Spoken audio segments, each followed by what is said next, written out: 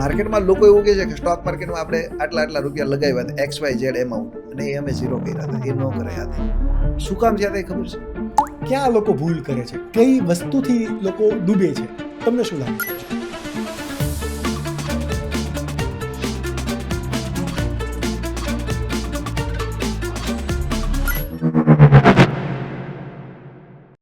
જો એ ફર્સ્ટ ફેલિયરમાં અમારી પાસે બે જ રસ્તા હતા. એક તો સૌથી મોટો ડર એ હતો કે આપણી પાસે ક્વોલિફિકેશન નહોતું ને, એટલે મારી નજીકના સર્કલ સિવાય મારા ઘરે રિલેટિવ્સ ફ્રેન્ડ સર્કલોમાં બધાને એક વસ્તુ હતી કે આ જે સ્પીડે દોડે છે ને આ સ્પીડે શક્ય નથી, પડવાનો છે. ને મારા મનમાં એક બહુ ક્લિક થઈ ગઈ હતી કે સ્ટોક માર્કેટ છે ને એ સટ્ટો નથી. હું તમને સાબિત કરી દઈશ. હંમેશા મેં એવું નોટિસ કર્યું છે કે જે કોઈ પણ સ્ટોક માર્કેટ કરતા હોય, એ પછી એજન્સી હોય કે પછી પોતે ખુદ કરતા હોય, એ હંમેશા પોતાની કહેવાય ને કે PNL રિપોર્ટ પ્રોફિટેબલ જ દેખાડે, બધાને સારું જ દેખાડે. શા માટે આ સિનારીઓ અથવા તો આ લુકિંગ ગુડની ગેમ શા માટે? ચાંદી છે ને સાહેબ, લગભગ 48 કલાકમાં 1.5 લાખ રૂપિયા તૂટેલી? હા, રિસેન્ટલી તો જે લોકોએ લીધી હતી ને એ બધા જ પ્રોફિટમાં નીકળી ગયા. એ માર્કેટમાં એવી ડંફાસ મારવા આવે છે કે મને ખબર હતી કે હું રાઈટ ટાઈમે એક્ઝિટ થઈ ગયો, ખરેખર એ નથી થયા. લોસ છે પણ લોસ છે પણ કેવા નથી જતા, એ સ્વીકારતા નથી કે ભાઈ મારાથી છે ને આ થોડુંક આમાં ચૂકાઈ ગયું. સ્ટોક માર્કેટ સવારમાં ઓપન થાય ને એટલે તમને કહે જ છે જે કરવું એ છૂટ છે. હા, ચાહે બાય સેલ જે કરવું હોય બધી જ છૂટ આપે છે, છતાં તમે લોસ શું કામ કરો છો? સપોઝ કે તમારી અત્યારે જેટલી પણ નેટ વર્થ છે એ આવતીકાલ સવારે ઝીરો થઈ જાય, સ્ટોક માર્કેટના દમ ઉપરથી તમે શું એને કેટલા ટાઈમની અંદર રિકવર કરી શકો ફરીથી? હું એક કઈ વાર રિકવર કરવા માટે દોડું જ નહીં. શા માટે? મારે જેટલી નીડ છે ને એટલું જ દોડો. સૌથી પહેલાં હું આજે એક એક્ઝામ્પલ આપું. હું 100 રૂપિયાની મારી નેટવર્ક છે, 100 રૂપિયા ઝીરો થઈ જાય તો કાલે હું 100 રૂપિયા કવર કરવા માટે પગલું નહીં. મારી જરૂરિયાત 1 રૂપિયાની છે તો 1 રૂપિયો કઈ રીતે અર્ન કરી શકો એ જ દો. કે સ્ટોક માર્કેટની અંદર જે લોકો કોઈ પણ જગ્યાએ ઇન્વેસ્ટમેન્ટ કરવા માંગે છે એ લોકો સ્ટોક માર્કેટમાં કરવું જરૂરી છે, અથવા તો પછી જે આપણે જૂની પેઢી છે કે ભાઈ જે માને છે જમીનમાં, મકાનમાં કે પછી કોઈ પણ કોમોડિટી માર્કેટની અંદર કે એમાં ઇન્વેસ્ટ કરી દો? What do you believe? જો તમે કીધું ને એનો આન્સર એવો થઈ, તમારામાં જ્ઞાન છે, જ્ઞાન સાથે રિટર્ન જોઈએ છે તો સ્ટોક માર્કેટમાં આવો. તમે શું બિલીવ કરો છો? ટિપ્સ પાછળ ભાગવું જોઈએ કોઈ એડવાઇઝરની કે પછી જાતે એનાલિસિસ કરીને જ જાતે decision? શા માટે ટિપ્સ પાછળ નહીં જવાનું? એ પણ તો કોઈ કે તમને એનાલિસિસ માય કાંગલા બનાવે છે. એક દિવસ તો તમારે એ જ પ્રોબ્લેમ આવશે ને. ટિપ્સ એટલે મારી દેશી ભાષામાં એવું છે, આ ટેબલ ઉપર 100 રૂપિયા પડ્યા છે, હું એમ કહીશ આકાશભાઈ મારે નથી જોતા, તમે લઈ લો. કેમ ભાઈ મારે નથી જોતા? USDT લોકો અત્યારે જે ટ્રાય કરે છે એ કરવાનું કારણ શું? શા માટે લોકો કરે એ છે? મને પણ નથી સમજાતું. કારણ કે મારા મગજ બારું એ છે કે ઇન્ડિયામાં આટલી મોટી ઓપોર્ચ્યુનિટી છે, આજે ઇન્ડિયામાં વસ્તુ છે તો તમારે વર્લ્ડમાં જવાની જરૂર છે. બહારના લોકો અહીંયા આવે છે. સપોઝ કે તમારે કોઈ સ્ટોક માર્કેટ સિવાય ઇન્વેસ્ટમેન્ટ કરવાનું થયું હોય તમારી વેલ્થનું 100%, તો તમે કયા સેક્ટરની નહીં અંદર કરું બીજું કશું. એ સમયમાં મારી પાસે 2,500-3,000 ક્લાયન્ટ હતા. એટલે તમે સમજી શકો કે 2007માં 2,500-3,000 ક્લાયન્ટ અને જેની જેવી કેપેસિટી લાખ રૂપિયાથી લઈને 50 લાખ રૂપિયા સુધીના લોકોએ એપ્લાય કર્યા હતા. સપોઝ કે કોઈ 22 વર્ષનો છોકરો અત્યારે 10,000 રૂપિયા લઈને સ્ટોક માર્કેટની અંદર આવે છે અને કરોડપતિ બનવાના સપના જુએ છે, તો ઇઝ ધેટ પોસિબલ? ભાઈ 10,000ની કંઈક પાર્ટી કરતા, ફ્રેન્ડ સર્કલ વાળા પીઝા ખાઈ આવો, માઉન્ટ આબુ કે ગોવા ગમે ત્યાં ફરી આવો. પણ 10,000 રૂપિયા લઈને સ્ટોક માર્કેટમાં નહીં આવો તો ઇન્ડસ્ટ્રી બંધ નાખો.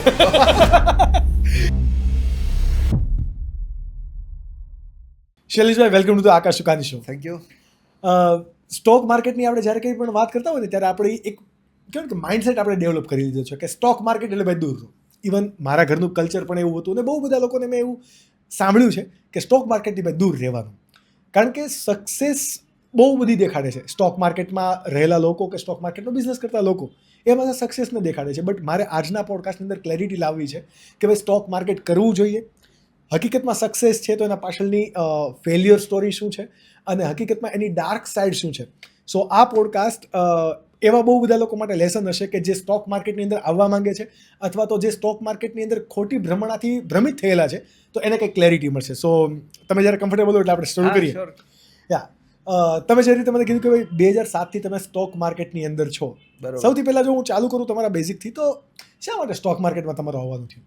સ્ટોક માર્કેટમાં મારા વિચાર પ્રમાણે એવું કહું ને, આ એક એવી દુનિયા છે, મને પહેલાં ખબર નહોતી કે આ દુનિયા આટલી મોટી છે, પણ જે ખરેખર તમારી પાસે જે જ્ઞાન છે, તમારે દરેક માણસ છે ને કંઈક ને કંઈક રીતે હોશિયાર હોય છે. હું ભણવામાં એટલો બધો હોશિયાર હતો કે 10મા પછી મને ના પડતી હતી કે હવે તમે ભણવા નહીં આવતું.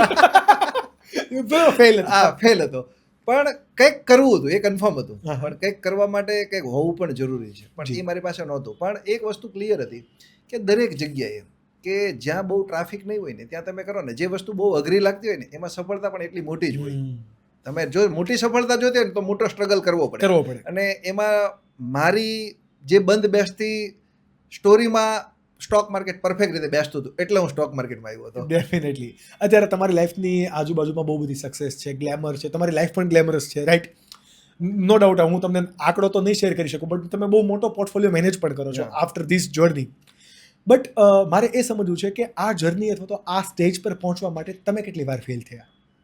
હું આમ બહુ કમ્પ્લીટ, જેને હર્ષદ મહેતાની સ્ટોરી જેવું કહે ને કે હીરો ઝીરો વાળી ગેમ, તો મને જ્યાં સુધી ટચ કરે છે ને ત્યાં સુધી 3 વાર મેં આ હિસ્ટ્રી રિપીટ થઈ છે મારી સાથે. જેમ કે કે કમ્પ્લીટ હું બહુ સારી જગ્યાએ પહોંચી ગયો અને ત્યાંથી ઓલમોસ્ટ લગભગ બધા વ્યક્તિ એવું કહેતા હોય કે ભાઈ હવે કોઈ વાંધો નથી, સ્ટેબલ છે, કંઈ કરવાની જરૂર નથી.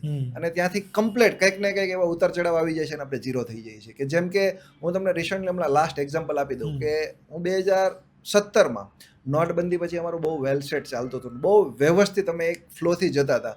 પણ એક ડિસિઝન મીન્સ ક્લાયન્ટોને એને કોઈ ઇસ્યુ નહોતા, પણ અમે એક માણસની પ્રકૃતિ હોય છે, કંઈક નવું કરવું છે, કંઈક નવું, હજુ નવું, અને રબરને કેમ બહુ ખેંચવાથી તૂટી જાય એવી રીતે અમે તૂટી ગયા હતા. કે એ વધારે અમે એને, મારી દેશી ભાષામાં હું તમને કહું ને તો એટલું એનાલિસિસ કર્યું ને કે પેરાલિસિસ થઈ ગયું. એટલે પાછું અમારે એકથી ચાલુ કરવું પડ્યું હતું. તો ધંધાનો એક પાર્ટ છે કે જેટલું તમારે મોટી સફળતા જોતી હોય ને એટલું તમારે સ્ટ્રગલ કરવું પડશે. અને મારી સાથે 3 વાર આવું થયું છે, પણ બહુ કન્ફર્મ છે હજી ભવિષ્યમાં પણ થશે ને તો આપણે રેડી જ છીએ કે આપણી પાસે કંઈ જ નહોતું, એકથી ચાલુ કરો પાછું. ડેફિનેટલી.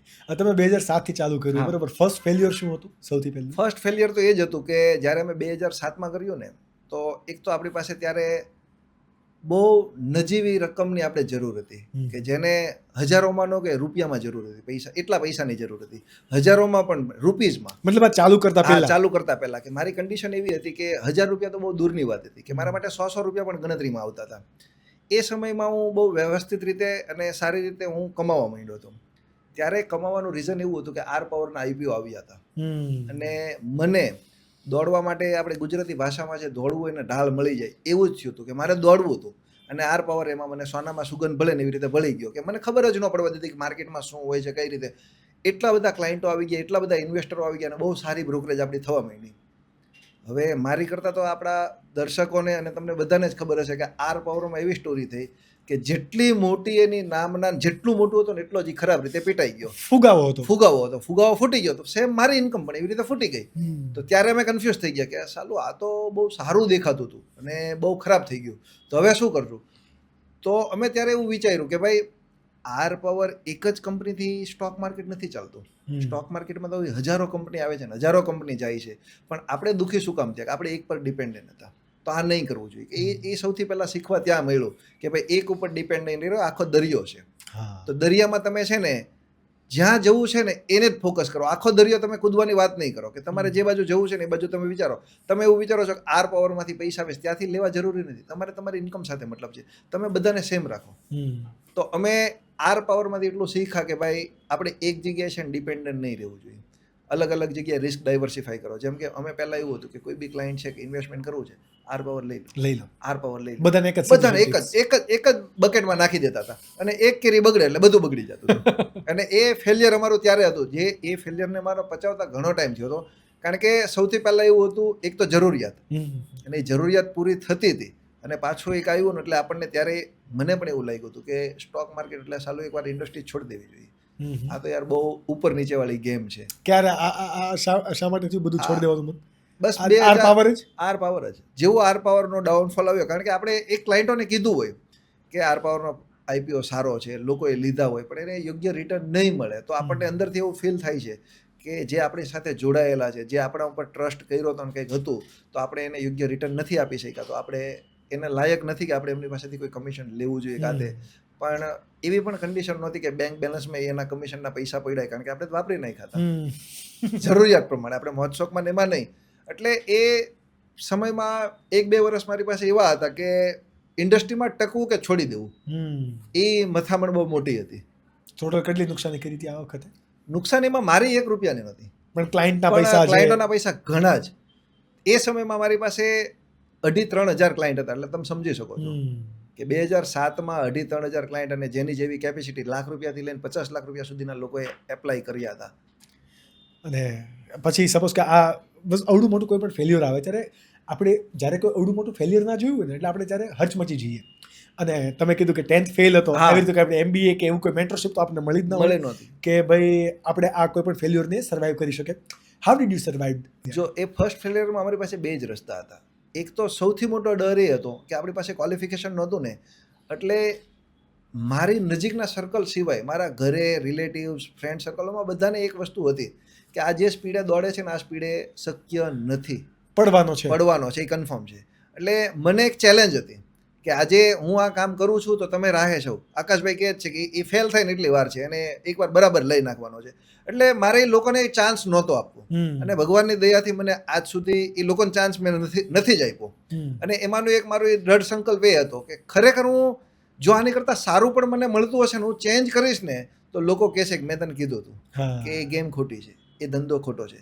અને મારા મનમાં એક બહુ ક્લિક થઈ ગઈ હતી કે સ્ટોક માર્કેટ છે ને એ સટ્ટો નથી. હું તમને સાબિત કરી દઈશ. કઈ રીતે? અત્યારે જો સાબિત કરવાનું થયું હોય. સીધી જ વસ્તુ છે. હું સાબિત કરવામાં તમે જે કહો છો, લોકો એમ કહે છે સ્ટોક માર્કેટ સટ્ટો છે. જી, આપણે આ સ્લોગન સાંભળ્યું છે. કઈ વસ્તુ સટ્ટો નથી, કઈ વસ્તુમાં રિસ્ક નથી. મને એક વસ્તુ એવી બતાવો. બધી જગ્યાએ રિસ્ક. તમે બિઝનેસ કરો છો તો રિસ્ક સાથે રિસ્ક છે. છે તો હું તમને એમ કહું છું સ્ટોક માર્કેટ એનો એક પાર્ટ જ છે. પણ તમે વગર કેલ્ક્યુલેશનનું કામ કરશો તો ગમે એમાં રિસ્ક થશે. એક એક્ઝામ્પલ રિસન્ટલી તમને એક ગાડી ઉપરથી એક્ઝામ્પલ આપું. મર્સિડીઝ કાર હોય તો એમાં મરી ન જાવ એવું કન્ફર્મ છે? કરોડ રૂપિયાની ગાડી હોય તો નહીં, મારુતિમાં થાય એ જ એમાં થાય ને. હવે તમારા મગજમાં એક ક્લિક થઈ ગઈ છે કે મર્સિડીઝ છે એટલે 200 ચલાવવાની. તો શેર બજારમાં એવી રીતે શું કામ કરો છો? તમે અનાપ શનાપ કામ શું કામ કરો છો? તમે તમારી કેપેસિટી પ્રમાણે કામ કરો ને. આ પ્રોબ્લેમ ક્યારે આવવાનો? જ્યારે તમારી પાસે 100 રૂપિયા છે ને તમે 1000 રૂપિયાનું કામ કરો છો ત્યારે. કોઈકના કેવા કરવાથી, કોઈકની વાતમાં આવીને આ શું કામ કરવું જોઈએ? અને પછી બહાર જઈને એવું કહેવાનું છે કે શેર બજાર સટ્ટો છે. સાહેબ, આપણને જે લોકો દાજેલા છે એ લોકો દાજેલા છે એ લોકો કહે છે પણ ખોટું કહે છે. એની ભૂલે દાઈ જાય એવું કોઈ કીધું? બહુ ઓછા લોકો, બસ કદાચ હશે. બસ તો મારું કહેવાનું એ છે. એક્ઝેક્ટલી. આજે માર્કેટમાં લોકો એવું કહે છે કે સ્ટોક માર્કેટમાં આપણે આટલા રૂપિયા લગાવ્યા હતા XYZ એમાઉન્ટ અને એ અમે ઝીરો કર્યા હતા. એ ન કરાય. આ શું કામ છે? આ ખબર છે? લોકો પોતાના ઉપર વાય ક્લિયરિટી નથી લાવતા. અને એક માર્કેટમાં એવો સિનારીઓ છે અને સમાજમાં, આપણો ગુજરાતી સમાજમાં તો તમને બહુ ખબર જ છે કે કહેતો તો કહેતી હતી કે ભાઈ આકાશભાઈ કરે છે એટલે માર કરવાનું છે. પણ આકાશભાઈ શું કરે છે, એનો પર્પઝ શું છે, એનો ટાર્ગેટ શું છે, એ કેટલા વ્યૂથી કે કેટલી લોંગ જર્ની માટે કરે એવું જરૂરી છે ને. વિઝન હોય ને તો થાય. તો થાય. અમે આના પહેલા છે ને પોડકાસ્ટની અંદર ગુરુ પારો, જે સુરતનું કોમેડી કપલ છે, એમને હોસ્ટ કરેલા. અને એની જર્નીમાં પણ એવું છે કે એ લોકોએ લગભગ 75 લાખ રૂપીઝનો લોસ કરેલો, કે 75 લાખ રૂપિયા ટ્રેડિંગની અંદર એમણે ગુમાવેલા. મતલબ આ 1 by 1. એણે તો કહેવાય કે એનું તો મોટાપણું છે કે એણે ખુલીને કીધું. હા, પણ બહુ સારી વાત કહેવાય. એ જે એણે ખુલીને કીધું ને, તો હું તો કહું છું કે એમાંથી 5-25 વ્યક્તિને એમાંથી કંઈક શીખવા મળશે. જી, ડેફિનેટલી. કે એ ખરેખર સારી વસ્તુ કહેવાય. હા, અને મોટા ભાગના આપણે જ્યારે કેસીસ સાંભળતા હોય, કદાચ તમે પણ આવું સાંભળ્યું હશે જ્યારે તમે બિઝનેસની શરૂઆત કરી હતી ત્યારે. અને બહુ બધું યુથ અમારું જે જોવે છે એ સાંભળતું જ હશે કે ભાઈ સ્ટોક માર્કેટમાં પૈસા ના લગાવાય. સટ્ટો છે તો સાંભળી જ હશે, કેમ તો કે અહીંયા તો ભાઈ પૈસા ડૂબે જ. બરાબર. તમને શું એવું લાગે છે તમારા જે 18 વર્ષની જર્ની છે એમાંથી કે ભાઈ ક્યાં લોકો ભૂલ કરે છે, કઈ વસ્તુથી લોકો ડૂબે છે? તમને શું લાગે છે? જો ડૂબવામાં બે વસ્તુ છે. એક તો સિમ્પલ વસ્તુ છે કે તમારે તમારી જર્ની કરવી, એક જવું છે તમારી જર્ની, તો તમે તમારા માઇન્ડસેટથી કરો. આજે શૈલેષભાઈ જે કામ કરે છે એને કામ કરવું જરૂરી નથી. હું સ્ટોક માર્કેટમાં છું, પણ મારી કેપેસિટી અને તમારી કેપેસિટીમાં ઘણો ફરક છે. આજે એક સિમ્પલ હું તમને કહી દઉં કે તમે ઘરમાં 5 સભ્ય હોય તો 5 સભ્ય સેમ રસોઈ નહીં ખાઈ શકે. તમે જેટલું સ્પાઇસી ખાઈ શકો એટલે તમારા ફેમિલી મેમ્બર નહીં ખાઈ શકે. કદાચ તમારા ફેમિલી મેમ્બરમાંથી કોઈકને સ્વીટ પસંદ છે ને એટલું તમને પસંદ નથી, તો તમે એને એવું કહેશો કે સ્વીટ ન ખવાય. ના કહે. સ્વીટ ખરાબ જ છે. હું તમને એમ કહું છું, અતિ સ્વીટ ખાવ તો ડાયાબિટીસ થાય છે. અતિ સ્પાઇસી ખાશો તો એસિડિટી પણ થાય છે. પણ બંને વસ્તુ જરૂરી તો છો જ ને. તો તમે એને કેમ નથી કહેતા કે આ બંધ કરી દો, આ વસ્તુ જ ખોટી છે? ખોટી નથી, પણ તમે અતિ કરી છે એટલે ખરાબ છે. તો સેમ સ્ટોક માર્કેટમાં જે સટ્ટો કહે છે ને એ વ્યક્તિ, મને કોઈ બી વ્યક્તિ મારી સામે લાવીને બેસાડી દો કે ભાઈ તમે આને સટ્ટો કઈ રીતે કહો છો, હું તમને 10 મિનિટમાં સાબિત કરી દો. તમે જેમ કહો છો કે મારી લાઈફમાં મેં નુકસાન કર્યું હતું, કોઈ બી લોસ કરેલી વ્યક્તિને મારી સામે બેસાડો, એ 10 મિનિટમાં એવું કહેશે કે હા ભાઈ ભૂલ મારી હતી, અત્યાર સુધી મેં માર્કેટિંગ ખોટું કર્યું છે. બટ સ્ટોક માર્કેટ સાથે જોડાયેલા બે લોકો હોય ને, મતલબ બે પ્રકારના લોકો હોય કે ફર્સ્ટ એવું કહેતા હોય કે ભાઈ નુકસાની થાય, આ શેર બજાર નહીં કરાય, અને બીજા લોકો એવું કે ભાઈ મારે તો ભાઈ આમાં જાહો જલાલી છે અથવા તો આમાં બહુ પૈસા છે, આ જ બેસ્ટ છે. હંમેશા મેં એવું નોટિસ કર્યું છે કે જે કોઈ પણ સ્ટોક માર્કેટ કરતા હોય, એ પછી એજન્સી હોય કે પછી પોતે ખુદ કરતા હોય, એ હંમેશા પોતાની કહેવાય ને કે PNL રિપોર્ટ પ્રોફિટેબલ જ દેખાડે, બધાને સારું જ દેખાડે. શા માટે આ સિનારીઓ અથવા તો આ લુકિંગ ગુડની ગેમ શા માટે? તમે બહુ સરસ સવાલ પૂછ્યો છે. આના ઉપરથી છે ને, આમાંથી જેટલાને ફીલ થતું હશે ને એ સ્વીકારી લે છે. હમણાં હું તમને રિસન્ટલી અત્યારનો આ પોડકાસ્ટ પહેલાનું થોડાક સમય પહેલા 1-2 મહિનાથી આ જે સિનારીઓ ચાલે છે, તમારા મિત્ર વર્તુળમાં બધે છે ને એક વસ્તુ થઈ હશે, ચાંદીમાં બહુ ફ્લક્ચ્યુએશન છે. 1 લાખ રૂપિયાની ચાંદી લગભગ 80-85 હજારથી ચાલુ થઈને 4.25 લાખ સુધી ગઈ. તો લોકો શું કહેતા હતા, મેં ચાંદી 1 લાખે લીધી છે, 1.5 લાખે લીધી છે, મારા 2.5 થઈ ગયા, 3 થઈ ગયા, 4 થઈ ગયા, આવું બધું સાંભળવા દેખાડવા માટે કે હું હોશિયાર છું. મને ખબર હતું કે ચાંદીની જરૂરિયાત વધારે છે, ચાંદી ચાલવાની છે, ચાંદી મેં કિલો લીધી છે, 2 કિલો છે, 5 કિલો છે. ચાંદી છે ને સાહેબ લગભગ 48 કલાકમાં 1.5 લાખ રૂપિયા તૂટેલી. હા, રિસેન્ટલી. તો એ જે લોકોએ લીધી હતી ને એ બધા જ પ્રોફિટમાં નીકળી ગયા. એ માર્કેટમાં એવી ડંફાસ મારવા આવે છે કે મને ખબર હતી કે હું રાઈટ ટાઈમે એક્ઝિટ થઈ ગયો, ખરેખર એ નથી થયા. લોસ છે પણ કેવા નથી જતા, એ સ્વીકારતા નથી કે ભાઈ મારાથી છે ને આ થોડુંક આમાં ચૂકાઈ ગયું છે. આજે સ્ટોક માર્કેટમાં છે ને મારી પાસે તો ઘણા એવા સિનારીઓ આવે છે કે એક સમય હતો, કોવિડ પહેલા એક સિનારીઓ તમને કહું ને તો એવો હતો કે તમે એમ કહો ને કે તમે સ્ટોક માર્કેટનું કરો છો તો તમારા 5 વ્યક્તિ બેસતી ને તેમાં 2 ઓછી થઈ જશે. કારણ કે એમના ફાધર ને એમના રિલેટિવ્સ કહેતા હતા આકાશ સાથે નહીં બેસવાનું, સ્ટોક માર્કેટનું કરે છે, ક્યારેક આપણને ડૂબાડશે. કોરોના પછી એવો સિનારીઓ આવ્યો કે આકાશ તારો મિત્ર હતો ને સ્ટોક માર્કેટમાં સારું એવું કામ કરે છે, તું એને બેસવા તો જા, શું કરે છે, જાણવા મળે, આપણને કંઈક એમાં 5 પૈસા આપણે લગાવી. તો એક જે માહોલ હોય ને, વાયરલ હોય ને, એમાં લોકો ચડી જાય છે. પણ ફરી પાછું મોરલ ઓફ ધ સ્ટોરી એ જ આવશે કે તમે તમારી જાતે તમે કેટલા સક્ષમ છો ની ચકાસો, પછી તમે બીજાનું કરો. કારણ કે લોકોને કેવું છે ખબર, આકાશભાઈ કર્યું એટલે માર કરવાનું છે. એણે ભાઈ 10 વર્ષ માટે ઇન્વેસ્ટમેન્ટ કર્યું છે, એને કંઈક રીઝન છે, એની પાસે કંઈક વિઝન છે, એને દેખાય છે કે ભાઈ 10 વર્ષમાં મારે આવું છે. હવે મારા માટે 10 મહિનાનો ટાઈમ નથી, હું 10 વર્ષ સાથે ચડી જાઉં, કઈ રીતે સક્સેસ જઈશ. અને પછી માર્કેટમાં બહુ ક્લિયર કહેવાનું છે, મેં સ્ટોક માર્કેટનું કર્યું હતું, મેં આ શેર લીધા હતા, અરે યાર 1,12,000 થઈ ગયા. સ્ટોક માર્કેટમાં 1,12,000 થઈ જાય છે. તો સ્ટોક માર્કેટ હું તમને એક સિમ્પલ ભાષામાં કહું, એક્સચેન્જ છે. તમે ક્યાં એવા ન્યૂઝ સાંભળ્યા કે રિઝર્વ બેંક એમાંથી 25-50 હજાર કરોડ રૂપિયા કાઢીને એને વાપરા? નહીં. એ તો એક્સચેન્જ છે. તમારા પૈસા મારી પાસે, આમના આમની પાસે, આમના આમની, કોઈક તો કમાય છે. બધા લોકો લોસ કરે એવું નથી, કોઈ કમાય છે. પણ બહુ સરળ ભાષામાં, ઉતાવળિયા માણસોના પૈસા ધીરજવાળા શાંતિથી ઘરે લઈ આવે છે. આ ટૂંકું ન ટચ. સ્ટોક માર્કેટ સવારમાં ઓપન થાય ને એટલે તમને કહે જ છે જે કરવું એ છૂટ છે. ચાહે બાય સેલ જે કરવું હોય બધી જ છૂટ આપે છે, છતાં તમે લોસ શું કામ કરો છો? હું તમને એવું પણ સાબિતી આપી દઉં કે 2 અલગ અલગ ઓફિસમાં 2 વ્યક્તિને બેસાડો કે તમારે 100 શેર લેવાના છે ને તમારે 100 શેર વેચવાના છે, સાંજે બંને લોસ કરીને આવશે. આ મગજની ગેમ છે. મારે છે ને જ્યારે કે મેં પોડકાસ્ટ ચાલુ કર્યો એટલે મેં અમુક ઇન્ડસ્ટ્રી ઉપર પોડકાસ્ટ નહીં કરું, આ મેં મારું સેલ્ફ બિલીફ બનાવી લીધું. ઓકે, એમાંથી એક સ્ટોક માર્કેટ હતું. અરે બાપરે, એટલે આટલું બધું માર્કેટમાં નેગેટિવ છે. એક્ઝેક્ટલી. અને જ્યારે મેં તમારી પ્રોફાઇલ અથવા તો તમારા વિશે સાંભળ્યું, મને જ્યારથી આપણે પીચ થયા એટલે બહુ બધું મેં સ્ટડી કર્યું. પછી મેં નક્કી કર્યું કે નહીં, ચલો ફેલિયર સ્ટોરી કરવી છે ને તો હું એગ્રી છું. બિકોઝ બહુ બધા મને પોડકાસ્ટ માટે, ઇન જનરલ પોડકાસ્ટમાં સૌને ખબર છે કે ભાઈ અમને ઈમેલ કરશો એટલે અમારી ટીમ એમાં રિવર્ટ બેક કરવાની છે. મેજોરિટી અમને સૌથી વધારે 2 લોકોની પીચ આવે, import export and stock market. Import export તો આપણે ચલો એ પણ સમજીએ કે ભાઈ એક પ્રકારનું ફિઝિકલ પ્રોડક્ટનું ટ્રેડિંગ છે, એટલા માટે આપણે એને ગ્રીન સિગ્નલ આપીને કર્યા પણ ખરા અને બહુ મસ્ત રિસ્પોન્સ મળે. બટ સ્ટોક માર્કેટ માટે હજી અમે ના પાડી હતી કે ભાઈ સ્ટોક માર્કેટ છે ને સટ્ટો જ. બટ જે રીતે તમે મારો કોલ પર માઇન્ડસેટ જે આખું કહેવાય ને કે બ્રેક કર્યો કે ભાઈ તમે જે વિચારો છો એ ખોટું છે, અને આ પોડકાસ્ટની અંદર ફેલ્યુર સ્ટોરી કરવા માટે ઇમ્પ્રેસ થવું અથવા તો ભાઈ એગ્રી થવું.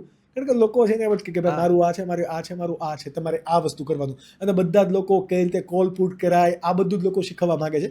તો હજી પણ જો તમે અહીંયા સુધી જોતા હોય ને તો પ્લીઝ આ પોડકાસ્ટને એન્ડ સુધી જોજો. અહીંયા ક્યાંય તમને એવી ટિપ્સ નહીં મળે કે કયો સ્ટોક સારો છે, ગ્રીન કે રેડ લાઇટ તમને શું સૂચવે છે, બટ તમને એની ક્લેરિટી મળશે કે સ્ટોક માર્કેટનો બિઝનેસ કઈ રીતે સ્ટાર્ટ કરવો અથવા તો શા માટે સ્ટાર્ટ કરવો. આ આન્સર દેવા માટે છે ને મારે તમારી સ્ટોરીથી ચાલુ કરવું છે કે ભાઈ જ્યારે તમે 10th ફેલ હતા, ઓબ્વિયસલી 10th ફેલથી પછી ડાયરેક્ટ તો આ બિઝનેસ ચાલુ નથી કરવાના. કેમ કે મારા ઘરની ફેમિલી અથવા તો આપણે જે ગુજરાતી ફેમિલી છે, હા. ટિપિકલ ફેમિલી હોય, મિડલ ક્લાસ ફેમિલી, ત્યાં જ વાત થતી હોય કે ભાઈ બિઝનેસ કરવો હોય ને તો કંઈક દુકાન કરો કે પછી કંઈક લેવેચનું કરો, સ્ટોક માર્કેટથી દૂર રહો. દૂર રહો. તમને આવા કોઈ ડાઉટ્સ આવ્યા હતા? બહુ બધા.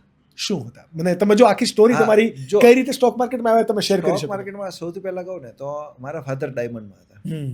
એ ડાયમંડનું કામ કરતા હતા અને હું 10th ફેલ થયો ને એટલે મારા ફાધરે મને એવું કીધું કે ભાઈ તારે આગળ સ્ટડી કરવાનું છે, તારે આ કંઈ બિઝનેસમાં જો આવવાનું નથી. નથી.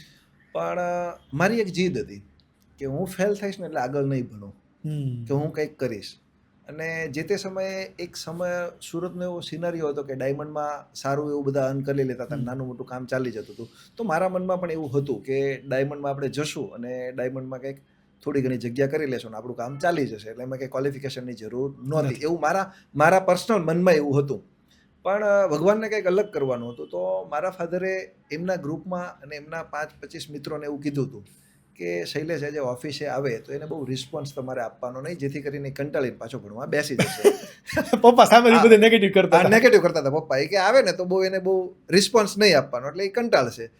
પણ મારું કહેવાનું એવું હતું કે હું જ્યારે મહિધરપુરા મારા પપ્પા ખરીદી કરતા હતા ને એવું હતું ને, તો ત્યારે હું એમની ઓફિસે જવા માટે ના દે તો ક્લિયર કટ કે આપણને દેખાય આવે કે આપણને એ લોકો રિસ્પોન્સ નથી કરતા, પણ એમને રિસ્પોન્સ નહીં કરવાનું રીઝન આ હતું. તો મેં એ સમયમાં ત્યાં છે ને બધા જૈન કોમ્યુનિટી વાળા કહે ને એ લોકો વધારે હતા. તો એમાંથી 2-4-5 મિત્રો એટલે આપણે સ્વાભાવિક હાય હેલો તો કરે ને, એમ કઈ એમનું તો આપણને કાઢી ન મૂકે, તો એમને આપણે પૂછતા હતા કે હીરા બજારનો ટાઈમિંગ તો સવારે 11-12 વાગે ચાલુ થાય અને સાંજે 6-7 વાગે પતી જાય છે. તો હું તો ફ્રી હતો કે તમે બાકીનો ટાઈમ શું કરો છો? તો એ કે અમે બધા સ્ટોક માર્કેટનું કરીએ છીએ અને સ્ટોક માર્કેટમાંથી અમે બપોર સુધી આ કરીએ છીએ ને એમાંથી બપોર પછી અમે આ ડાયમંડનું કરીએ છીએ. તો પાછો આપણને એક નવો પ્રશ્ન આવી ગયો કે આ તો આપણે સાંભળ્યું જ નથી, ચાલુ આવું કંઈક હોય છે. તો આપણે તો ધંધા માટે નહોતા ગયા, ટાઈમ પાસ માટે ગયા કે ભાઈ અડધો દિવસ જે કપાઈ ઘરે નડવું એના કરતા ઘરે કંઈક. તો એમાંથી 1-2 મિત્ર હતા ને, તો એમણે કીધું, મેં કીધું તમે મને બતાવો એની ઓફિસ કઈ રીતે આવે ને શું આવે. કે હા તમ તારે આવવું હોય તો કાલ આવી જજે આવા ટાઈમે, અમે અહીંયા હશું તને લઈ જશું. કીધું વાંધો નહીં. તો જે તે સમયે અમે ત્યાં હું ઊભો રહી ગયો સવારમાં તૈયાર થઈને, એ આવ્યા 10-10:30 આજુબાજુ. મને કે ચાલો. એટલે ત્યાં ગયા ને તો આખી રૂમ ભરેલી હતી, આખું ઓફિસ. અને મારા માટે તો એ નવું જ હતું કે ભાઈ એક માણસ કોમ્પ્યુટર ઉપર કામ કરતો હોય અને આ બધા બોલતા હોય આ શેર લે, આ શેર લે, આ વેચ, આ તે. એટલે આમ જે હર્ષદ મહેતાની સિરીઝમાં તમને બતાવે પેલી રિંગમાં જે માહોલ ચાલતો હોય ને, એ પણ ડિજિટલ ચાલતું હતું, બધું ડિજિટલ. એટલે આમ થોડીક વાર માટે તો આપણું બ્રેન બંધ થઈ ગયું કામ કરતો, આમાં શું થાય છે ને કંઈ ખબર પડતી નથી. પણ આપણે તો ટાઈમ કાઢવાનો હતો. પણ ટાઈમ કઈ રીતે કાઢવો? ત્યાં બેસવાની જગ્યા નહોતી, ઊભું જ રહેવાનું હતું. અને આ બધા તો પોતપોતાની હિસાબે લેવે અને આપણામાં તો ફોકસ ના હોય ને. અને એ લોકોને થાક એટલે નહોતો લાગતો, એ લોકોને ક્યાંક ને ક્યાંક પૈસા માટે એ લોકો મહેનત કરતા હતા, શેર લેવામાં રચ્યા પચ્યા હતા, અને આપણે ફ્રી હતા. પછી બધું પત્યું ને પછી મને કે કાલે, મેં કીધું નહીં આમાં કામ થાય આપણું. મેં તો આમાં તો કાંઈ ખબર જ નથી કે બસ એટલે જ મેં તને કીધું હતું ને કે પેલા જોઈ લે. હા જોઈ લે. મેં કીધું પણ મને એક વસ્તુ સમજાવશું, આ જે ભાઈ પેલા કોમ્પ્યુટર ઉપર બેઠા હતા એ ભાઈનો શું આમાં નફો? મેં કીધું તમે બધા જ કમાણા કે લીધું ને વેચ્યું ના તેને. એ કે એને બ્રોકર કહેવાય. મેં કીધું આ શું પાછું નવું આવ્યું બ્રોકર? એટલે આ તો આપણે સાંભળ્યું તો આપણે આવ્યું જ નહોતું બ્રોકર, તો આપણે આના જ સાંભળતા ના તો ઇન્ડસ્ટ્રી. એ કે એમાં એવું છે, એ બ્રોકિંગમાં એવું છે કે અમે જે શેર લઈએ ને વેચીએ ને એમાં એને કમિશન મળે. અચ્છા, તો મારા મગજમાં એવું ક્લિક થયું. મેં કીધું આપણે ડાયમંડની દલાલી કરવી હોય તો એ પાર્ટીને બતાવવા જવાનું, એને પાછું અહીંયા આવવાનું, પાર્ટીને પૂછવાનું, આપણે ધક્કા ખાવાના. આમાં તો પાર્ટી પોતે આપણી ઘરે આવે છે પૂછવા માટે અને દલાલી કરવા માટે, આપણે તો કશે જવાનું જ નથી. તો કીધું આ પ્રેક્ટિસ સારી આપણને લાગે છે. એ સમયમાં મારા ફાધરને ડાયમંડમાં સારું એવું નુકસાન ગયું કે અમે મકાન ને બધું અમે લોકોને સેલ આઉટ કરી દેવું પડ્યું. અમે કમ્પ્લીટ ઝીરો થઈ ગયા ડાયમંડમાં. અને એટલે મારા મગજમાં ગ્રંથિ બંધાઈ ગઈ, હું ગમે એ કરીશ, ડાયમંડ તો નહીં જ કરું. કે આ શેર બજાર કરતાં તો ઓછું રિસ્ક. ત્યારે શેર બજાર મને આવડતું નહોતું, પણ આ તો કેવી ગેમ છે કે ભાઈ લાખના 12,000 થઈ જાય તો સાંભળ્યું, આ તો ઝીરો થઈ ગયા કે આ નહીં કરવું જોઈએ. તો એટલે મને રિસ્ક શું છે ને ત્યારથી સમજમાં આવી ગયું હતું કે બીજા ધંધા કરતાં રિસ્ક ઓછું જ છે. કારણ કે ડાયમંડમાં એટલું મોટું રિસ્ક મેં જોઈ લીધું હતું મારા પપ્પાની ખુદની સ્ટોરીમાં કે આ આપણે નથી કરવાનું. પછી ધીમે ધીમે મેં સ્ટોક માર્કેટ તરફ એ ભાઈ સાથે જતો ગયો. ના તે છે ને એ વ્યક્તિને આપણે કીધું કે ભાઈ આવું આવું કરવું છે. મારા મિત્રના શાળા 2006માં જ્યારે પાણીની રેલ આવી ને ત્યારે એમને ત્યાં રોકાવા આવ્યા હતા. અને એ ભાઈને ત્યાં રોકાવાનું અને પાણીને આવવાનું. એટલે એ પણ સ્ટોક માર્કેટ સાથે સંકળાયેલા હતા અને બહુ સારી રીતે સંકળાયેલા હતા. અને એ અરસામાં આપણે બધા ત્યારે તમને કદાચ ખબર હશે કે બધાને ધાબા ઉપર જ રહેવાનું હતું, બીજો કોઈ ઓપ્શન ઉપરથી ફૂલ પેકેટ આવતા. ઉપરથી ફૂડ પેકેટ આવતા હતા અને ખાતા હતા. 4-5 દિવસના સિનરીઓ મેં સાથે રહ્યા તો એ ભાઈને કીધું તમે શું ધંધો કરો છો કે સ્ટોક માર્કેટમાં. મને થોડો ઘણો રસ્તો ત્યાં પડ્યો જ તો અને અહીંયાથી આવ્યા. હવે એ વ્યક્તિને આ કહેવાનું અને મારે તો આવું ગોતવાનું જ હતું. તો મેં કીધું મને આમાં થોડોક ઇન્ટરેસ્ટ છે, આગળ મારે ચાલવું છે, તો આમાં તમે મને એ કે અત્યારે મારે છે ને સુરતથી જવું છે, પહેલા મને એ વ્યવસ્થા કરી દો. પાણી ઉતરી જાય એટલે મારે જવું છે, મને અહીંયાથી આઝાદ કરો પછી હું બધું કરીશ. એટલે કીધું સારું ભાઈ, પાણી ઉતરી ગયું, અમે એને મૂકવા ગયા, બધું થઈ ગયું. પછી કીધું 5-15 દી પછી તમારા સુટેબલ ટાઈમે આવજો. આપણે એક આશા સાથે બેઠા હતા કે આવશે અને એમને આવવાનું થયું. મેં કીધું ભાઈ સિરિયસલી મને આમાં ઇન્ટરેસ્ટ છે, મારે કરવું. એ કે કાંઈ વાંધો નહીં. તો એમની પોતાની એક બ્રાન્ચ તરીકે એમના જીજાજી છે ને એ ચલાવતા હતા ને એમની સાથે એણે નાનું મોટું કામ કર્યું હતું. મને કે તું ત્યાં જવા માંડજે, જોવા માંડજે, શીખવા માંડજે. આપણે તો બીજું કોઈ વિચારવાનું જ નહોતું કે આપણને એમાં બેસી ગયું હતું. હું જવા માંડ્યો, જોવા માંડ્યો. મારા ફાધરને એવું હતું કે કંઈક નાની મોટી કંઈક ધંધાનું ઓલું કરતો હશે પણ ડાયમંડમાં નથી આવતો એટલે સારું છે, કંઈક ગોતશે. થોડાક દિવસ થયા એટલે આપણે ઘરે પ્રપોઝલ મૂક્યું કે આપણે સ્ટોક માર્કેટનું ચાલુ કરવું છે. એટલે એ તો એનાથી મોટો બ્લાસ્ટ થઈ ગયો કે આ તો હીરા કરતા મોટું થઈ ગયું છે. પણ એ કંઈક આ નથી કરવાનું આપણે. મેં તો પપ્પા કોઈ જ વાંધો નહીં આવે, તમે ટ્રસ્ટ રાખો કે હીરા કરતાં ઓછું રિસ્ક. હું સમજુ છું ત્યાં સુધી એમાં આપણે કંઈ નુકસાન નથી, આપણે તો કમિશન લેવાનું, આપણે એમાં દલાલીમાં કોઈ વાંધો ન આવે. એ કે આપણી પાસે પૈસા નથી રોકવા માટે આ તે. મેં કીધું ભગવાનની દયા બધું થશે, તમે શાંતિ રાખો. તમે માનશો નહીં સાહેબ, એક સામાન્ય કોમ્પ્યુટર છે ને 3 રેફરન્સથી તો હું કોમ્પ્યુટર ભાડે લાવ્યો હતો. મીન્સ કે એના કે ભાઈ હું તને પૈસા કમાઈને આપી દઈશ. બીજું મારા સ્ટ્રગલની તમે વાત કરો ને તો અત્યારે લોકોને એવું દેખાય છે મેં ઓફિસમાં જાતે કચરા પોતા કરેલા છે. જે એવરી ફાઉન્ડર બેઝિક ક્યાં હોય. એક વસ્તુ હતી કે આપણી પાસે પૈસા નહોતા. મેં જ્યારે ઓફિસ ચાલુ કરીને તો આપણે ઘરે મહેમાનને આવવા માટેની ત્યારે પ્લાસ્ટિકની ચેર હતી ને ચેર લઈને આવતા કે ભાઈ ઘરે શું જરૂર છે, મહેમાન આવે ને તો એડજસ્ટ કરી લેશું, બીજી નવી ચેરના પૈસા નથી. તો એ કન્ડિશનમાં આપણે કહીએ ને કે એક સાંધે ત્યાં 13 તૂટે એવી કન્ડિશન હતી ને પણ બધું કર્યું અને આજે ચાલે છે, એમ વાંધો નથી, સારું ચાલે છે, જે ચાલે છે એમ. જે ટ્રેડિંગ કરવાની રીત છે એ 2007થી લઈને અત્યાર સુધીમાં ઘણી બધી બદલાઈ ગઈ, રાઈટ? 2007માં જ્યારે તમે ચાલુ કર્યું ત્યારની જે ટેકનોલોજી, ત્યારનું જે કલ્ચર, ત્યારનું જે બિહેવિયર, ત્યારના જે લોકો ટીમ માટે એ અને આજે જ્યારે તમે 2026ની અંદર આવડું મોટું એમ્પાયર ક્રિએટ કર્યું છે, શું બદલાણું? તમને શું મેજર ચેન્જીસ લાગે? બહુ મોટો ચેન્જીસ છે. શું તમને સ્ટોક માર્કેટની લેંગ્વેજમાં કહીશ ને તો તમારા દર્શકોને એને ખબર નહીં પડે, પણ હું બહુ સિમ્પલ ભાષામાં એક એક્ઝામ્પલ સાથે કહું છું. પ્લીઝ. જ્યારે આજથી 20-25 વર્ષ પહેલાં છોકરાઓને ભણાવતા હતા ત્યારે એની પાછળ કોઈ વ્યક્તિની જરૂર હતી? જાતે છોકરા ભણવા જતા હતા જાતે. અને ઇવન ત્યાં સુધી હોય કે એના પેરેન્ટ્સ ફી ભરવા જાય ને તો એટલી અવેરનેસ નહોતી. એ કેટલામાં ભણતો હશે, બહુ ખ્યાલ નહોતો. કોણ એના ટીચર છે એનું કોઈ ખ્યાલ નહોતો. એ ચાલતું હતું ને ઓટો મોડ ઉપર. અત્યારે એક છોકરાને ભણાવવા પાછળ એક વ્યક્તિ જોઈએ છે આરામથી. બસ એટલો ફરક છે. સ્ટોક માર્કેટમાં એટલો ફરક છે. પહેલા ચાલતું હતું, હવે એટલા બધા ડિજિટલ યુગમાં એટલા બધા સંસાધનો આવી ગયા છે ને કે તમારે એની કોઈ કલ્પના નથી કે એક નાની એવી યુનિટમાં પછી વર્લ્ડ વાઇડ, હું ઇન્ડિયામાં નથી કહેતો, વર્લ્ડમાં નાના એવા ચેન્જીસ થાય ને તો ગૂગલ તમને નોટિફિકેશનમાં બધું જ જાણી લ્યો છો તમે. કે ઇવન અત્યારે લોકો એટલા બધા એડવાન્સ થઈ ગયા છે ને કે નાની એવી ડોનાલ્ડ ટ્રમ્પના ડિસિઝનથી કઈ કંપનીને કેટલી ઇફેક્ટ ને કેટલો માર્કેટ કેટ ધોવા છે એ પણ લોકો જાણી લે છે. હવે આમાંથી તમારે પૈસા કમાવાના છે. એટલે મતલબ કોમ્પિટિશન તો વધી છે બટ અવેરનેસ વધી છે. અવેરનેસ બહુ વધી છે. પહેલાં એવું નહોતું. આજે પહેલાંના જમાનામાં સ્ટોક માર્કેટમાં એવું હતું કે સ્ટોક લઈ લો, 2, 5, 10 વર્ષ માટે લોંગ જર્ની છે, મૂકી દો, ચાલશે. અને એ થતું હતું. હવે નવી જનરેશન એવી આવી છે કે એક કંપનીને જ હવે અત્યારનું રિસન્ટલી હું તમને કહી દઉં કે આ 2-4 દિવસમાં જ તે આઈટીના ન્યૂઝ આવ્યા છે. હવે કંપની કોઈ ખોટી નથી. TCS છે, ઇન્ફોસિસ છે, વિપ્રો છે, HCL ટેકનો, કંપની સારી જ છે. પણ હવે નવું સંસાધન આવી ગયું, નવા સ્કોપ આવી ગયા તો એને તો તમારે એક્ઝિટ થવું પડશે, બીજું વિચારવું પડશે. યસ. ઘણા લોકો એવા હોય કે ભાઈ જે આથી 6 વર્ષ પહેલાં કે 10 વર્ષ પહેલાં ઇન્વેસ્ટમેન્ટ કરેલું ત્યાં ને ત્યાં વિચારે કે ભાઈ આ કંપની બેસ્ટ છે, એમાં જ ઇન્વેસ્ટ કરવું જોઈએ. હવે એ નથી. હવે સમય ગયો. હવે સમય સાથે તમારે ચેન્જ થવાનો, તમારે પણ રોજ જાગવાનું છે. હા. પહેલાં એવું હતું કે તમે 10,000 25,000ના શેર લઈ લીધા, 10 વર્ષ 20 વર્ષ માટે ચાલ્યા જ કરતા હતા. હવે એ પતી ગયું. હવે તમારે લડવાનું છે રોજ. તમારે તમારી કંપની શું કામ કરે છે, એનો કોમ્પિટિટર કોણ ઊભો થાય છે, એ કંપનીમાં પ્રોબ્લેમ આવે તો તમારે કઈ કંપનીમાં જવાનું છે, એ બધું જ તમારે વિચારવાનું. હવે ઓટો મોડ ઉપર નથી, હવે તમારે જાગવાનું છે. પહેલા 5-25 વર્ષ પહેલા એવું હતું. આ જે લોકોના માઇનસ પોઈન્ટ છે ને એ આ જ છે. લોકોના મગજમાં બેસી ગયું છે કે સ્ટોક માર્કેટ છે ને ભાડાની દુકાન છે કે એકવાર ઇન્વેસ્ટમેન્ટ કરો દર 1 તારીખે ભાડું લઈ આવો. ચાલે જ રાખે, ચાલે, એ નહીં ચાલે.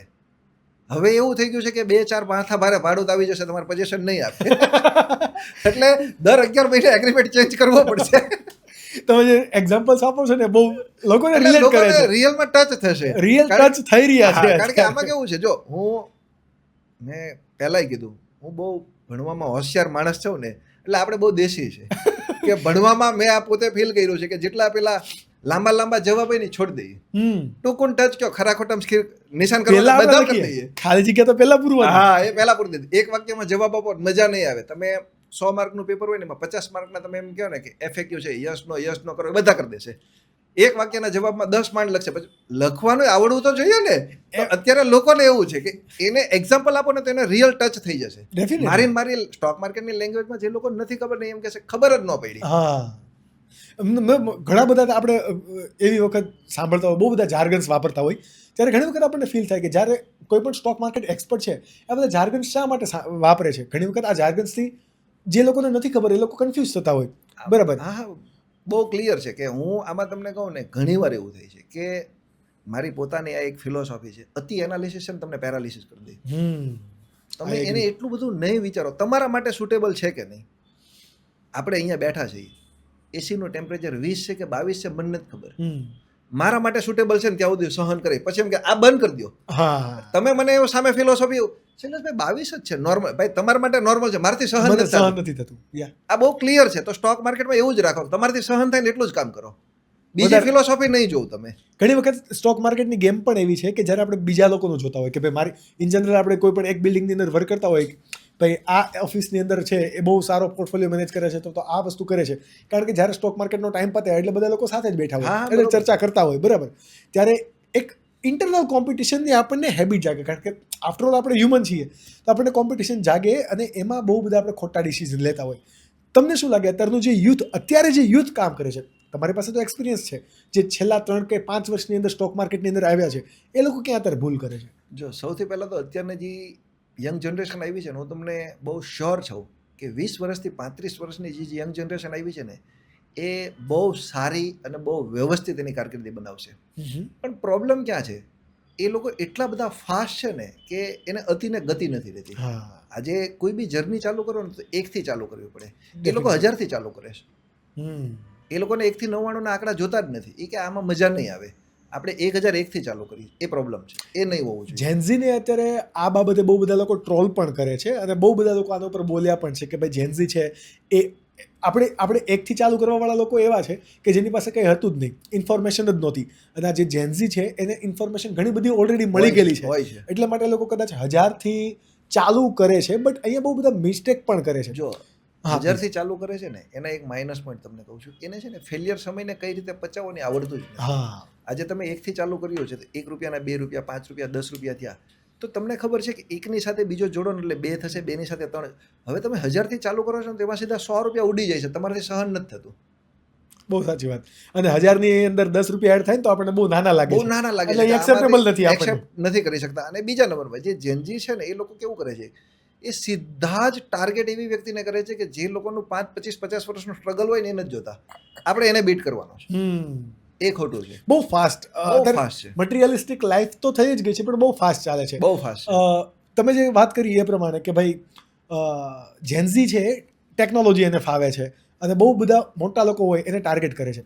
લેટ્સ સે કે એક્ઝામ્પલ કે જેનાથી અમારું ઓડિયન્સમાં જેટલા જેન્ઝી છે એને કંઈક સારો આન્સર મળશે.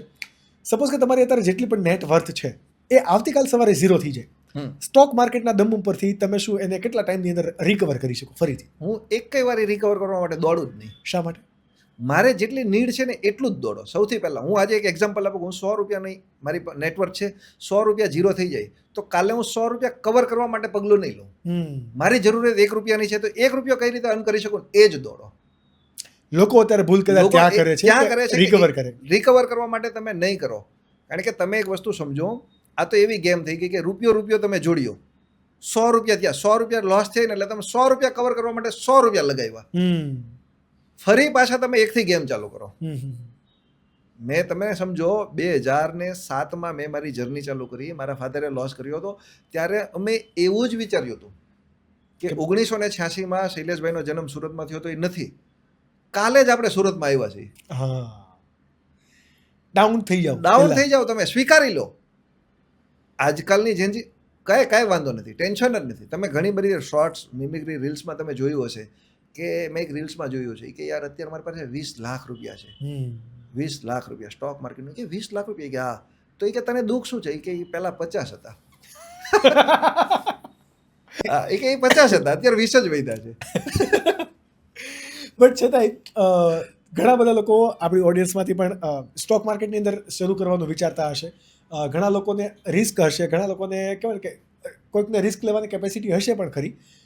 કોઈ વ્યક્તિને જો સ્ટોક માર્કેટની અંદર આવવું છે અથવા તો સ્ટાર્ટ કરવું છે ટ્રેડિંગ કરવાનું, કે પછી કોઈ પણ જસ્ટ ફોર ઇન્વેસ્ટમેન્ટ, ક્યારે કરવું જોઈએ? What is the right ideal time કે ભાઈ આ એજ હોય તો તમે કરો?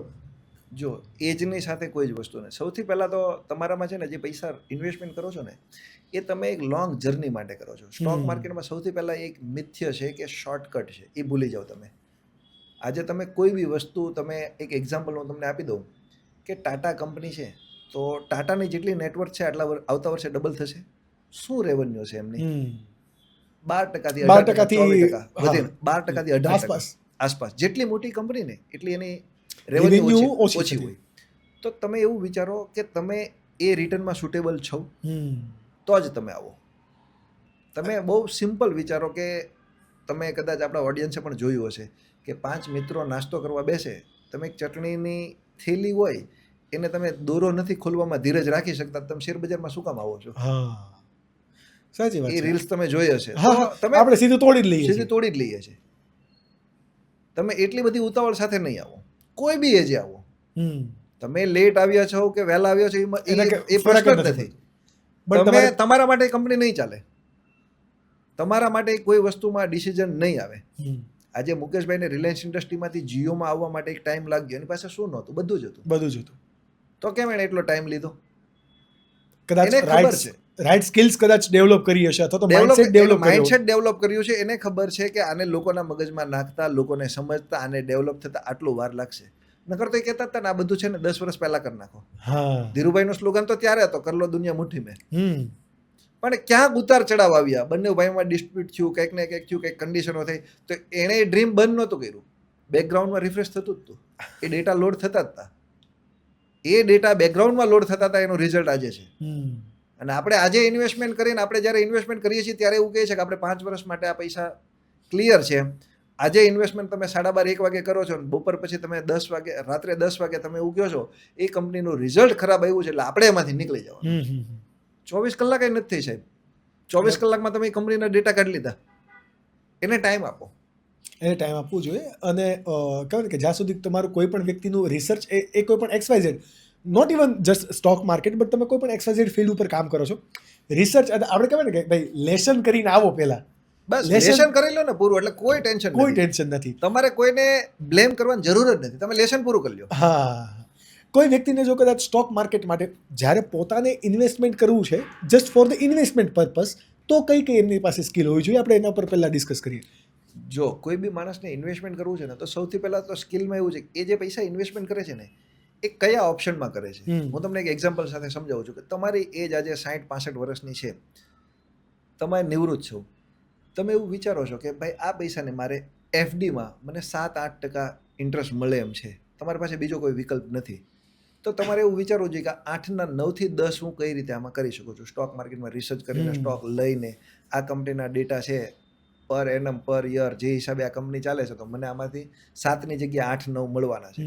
પણ એની સામે તમે એ પણ રિસર્ચ કરો કે અહીંયા 7 શ્યોર છે, ડેફિનેટલી ત્યાં શ્યોર નથી. તમે 2% માટે તમે ત્યાં જાઓ છો તો કદાચ આમાં ઉપર નીચે થશે તો સહન કરી શકશો, તો તમે આવો. બીજું, તમે જે કંપનીમાં, જે સેક્ટરમાં જે ગ્રોથ થાય છે એ ગ્રોથને તમે 2, 4, 5 વર્ષ માટે જોઈ શકો છો, તો આવો. આમાં પણ ફરીથી ધીરજ જ આવી. ધીરજ, હું તમને એક બહુ ક્લિયર કહું એક્ઝામ્પલ છે ને, મને બહુ બધા મનો, એટલે તમે પ્રેક્ષકો એમ કહે છે કે આ એક્ઝામ્પલ હું તમને આપી દઉં. આજે તમે મેં બંનેવે જોયેલું છે. આજથી 20-25 વર્ષ પહેલાં દરેક દિવાલ ઉપર ઇલેક્શન હોય ને તો નેતાજી એના બોર્ડ મારતા હતા, વોટ ફોર આ, વોટ ફોર આ. હા હવે અત્યારે બોર્ડ મારશે તો ચાલશે? નહીં કોણ જોશે? આ દિવાલ જ નથી પહેલા. દિવાલ ડિમોલાઇઝેશન અંદર જતી રહી છે. એનો મતલબ એવો નથી કે નેતાજીને વોટ માંગવાનું બંધ થઈ ગયું છે. વોટ તો માગે છે, વોટ માંગે digital. છે પણ ડિજિટલ માંગે છે, દરેક ઘરે ઘરે પહોંચાડી દીધા. હા આપણે WhatsApp ની અંદર પણ આવી ગયા છે હવે તો. તો એ સિનારીઓ ચેન્જ થયો ને. યસ આ સ્ટોક માર્કેટમાં સેમ એવું છે, સિનારીયા ચેન્જ થાય છે, હા એ બંધ નથી થતું. અને મને તો છે ને બહુ ક્લિયર હું તમને કહું, આ શેર બજાર તો આપણે અત્યારે કહીએ છીએ, એ ધૃતરાષ્ટ્રને સમયમાં પણ એવું જ હતું. મહાભારત બન્યું શું કામ? એ ધીરજ ઉપર જ હતું. ધીરજ ઉપર અને એને થોડુંક જ એવું હતું કે એની પાસે સારા એવા 5 પાંડવો પાસે સારામાં સારા વિશ્વના બેસ્ટ એડવાઇઝર હતા, હા હા પણ એની એડવાઇસ લીધા વગર ઇન્વેસ્ટમેન્ટ કર્યું એને કે મારે રમવા જવું છે અને અને રિઝલ્ટ થઈ ગયું. થઈ ગયું મહાભારત. બધા ગયું મહાભારત. હવે એ લોકો એવું માર્કેટિંગ કરે કે ભાઈ આ ન જ કરાય, એ ખોટું છે.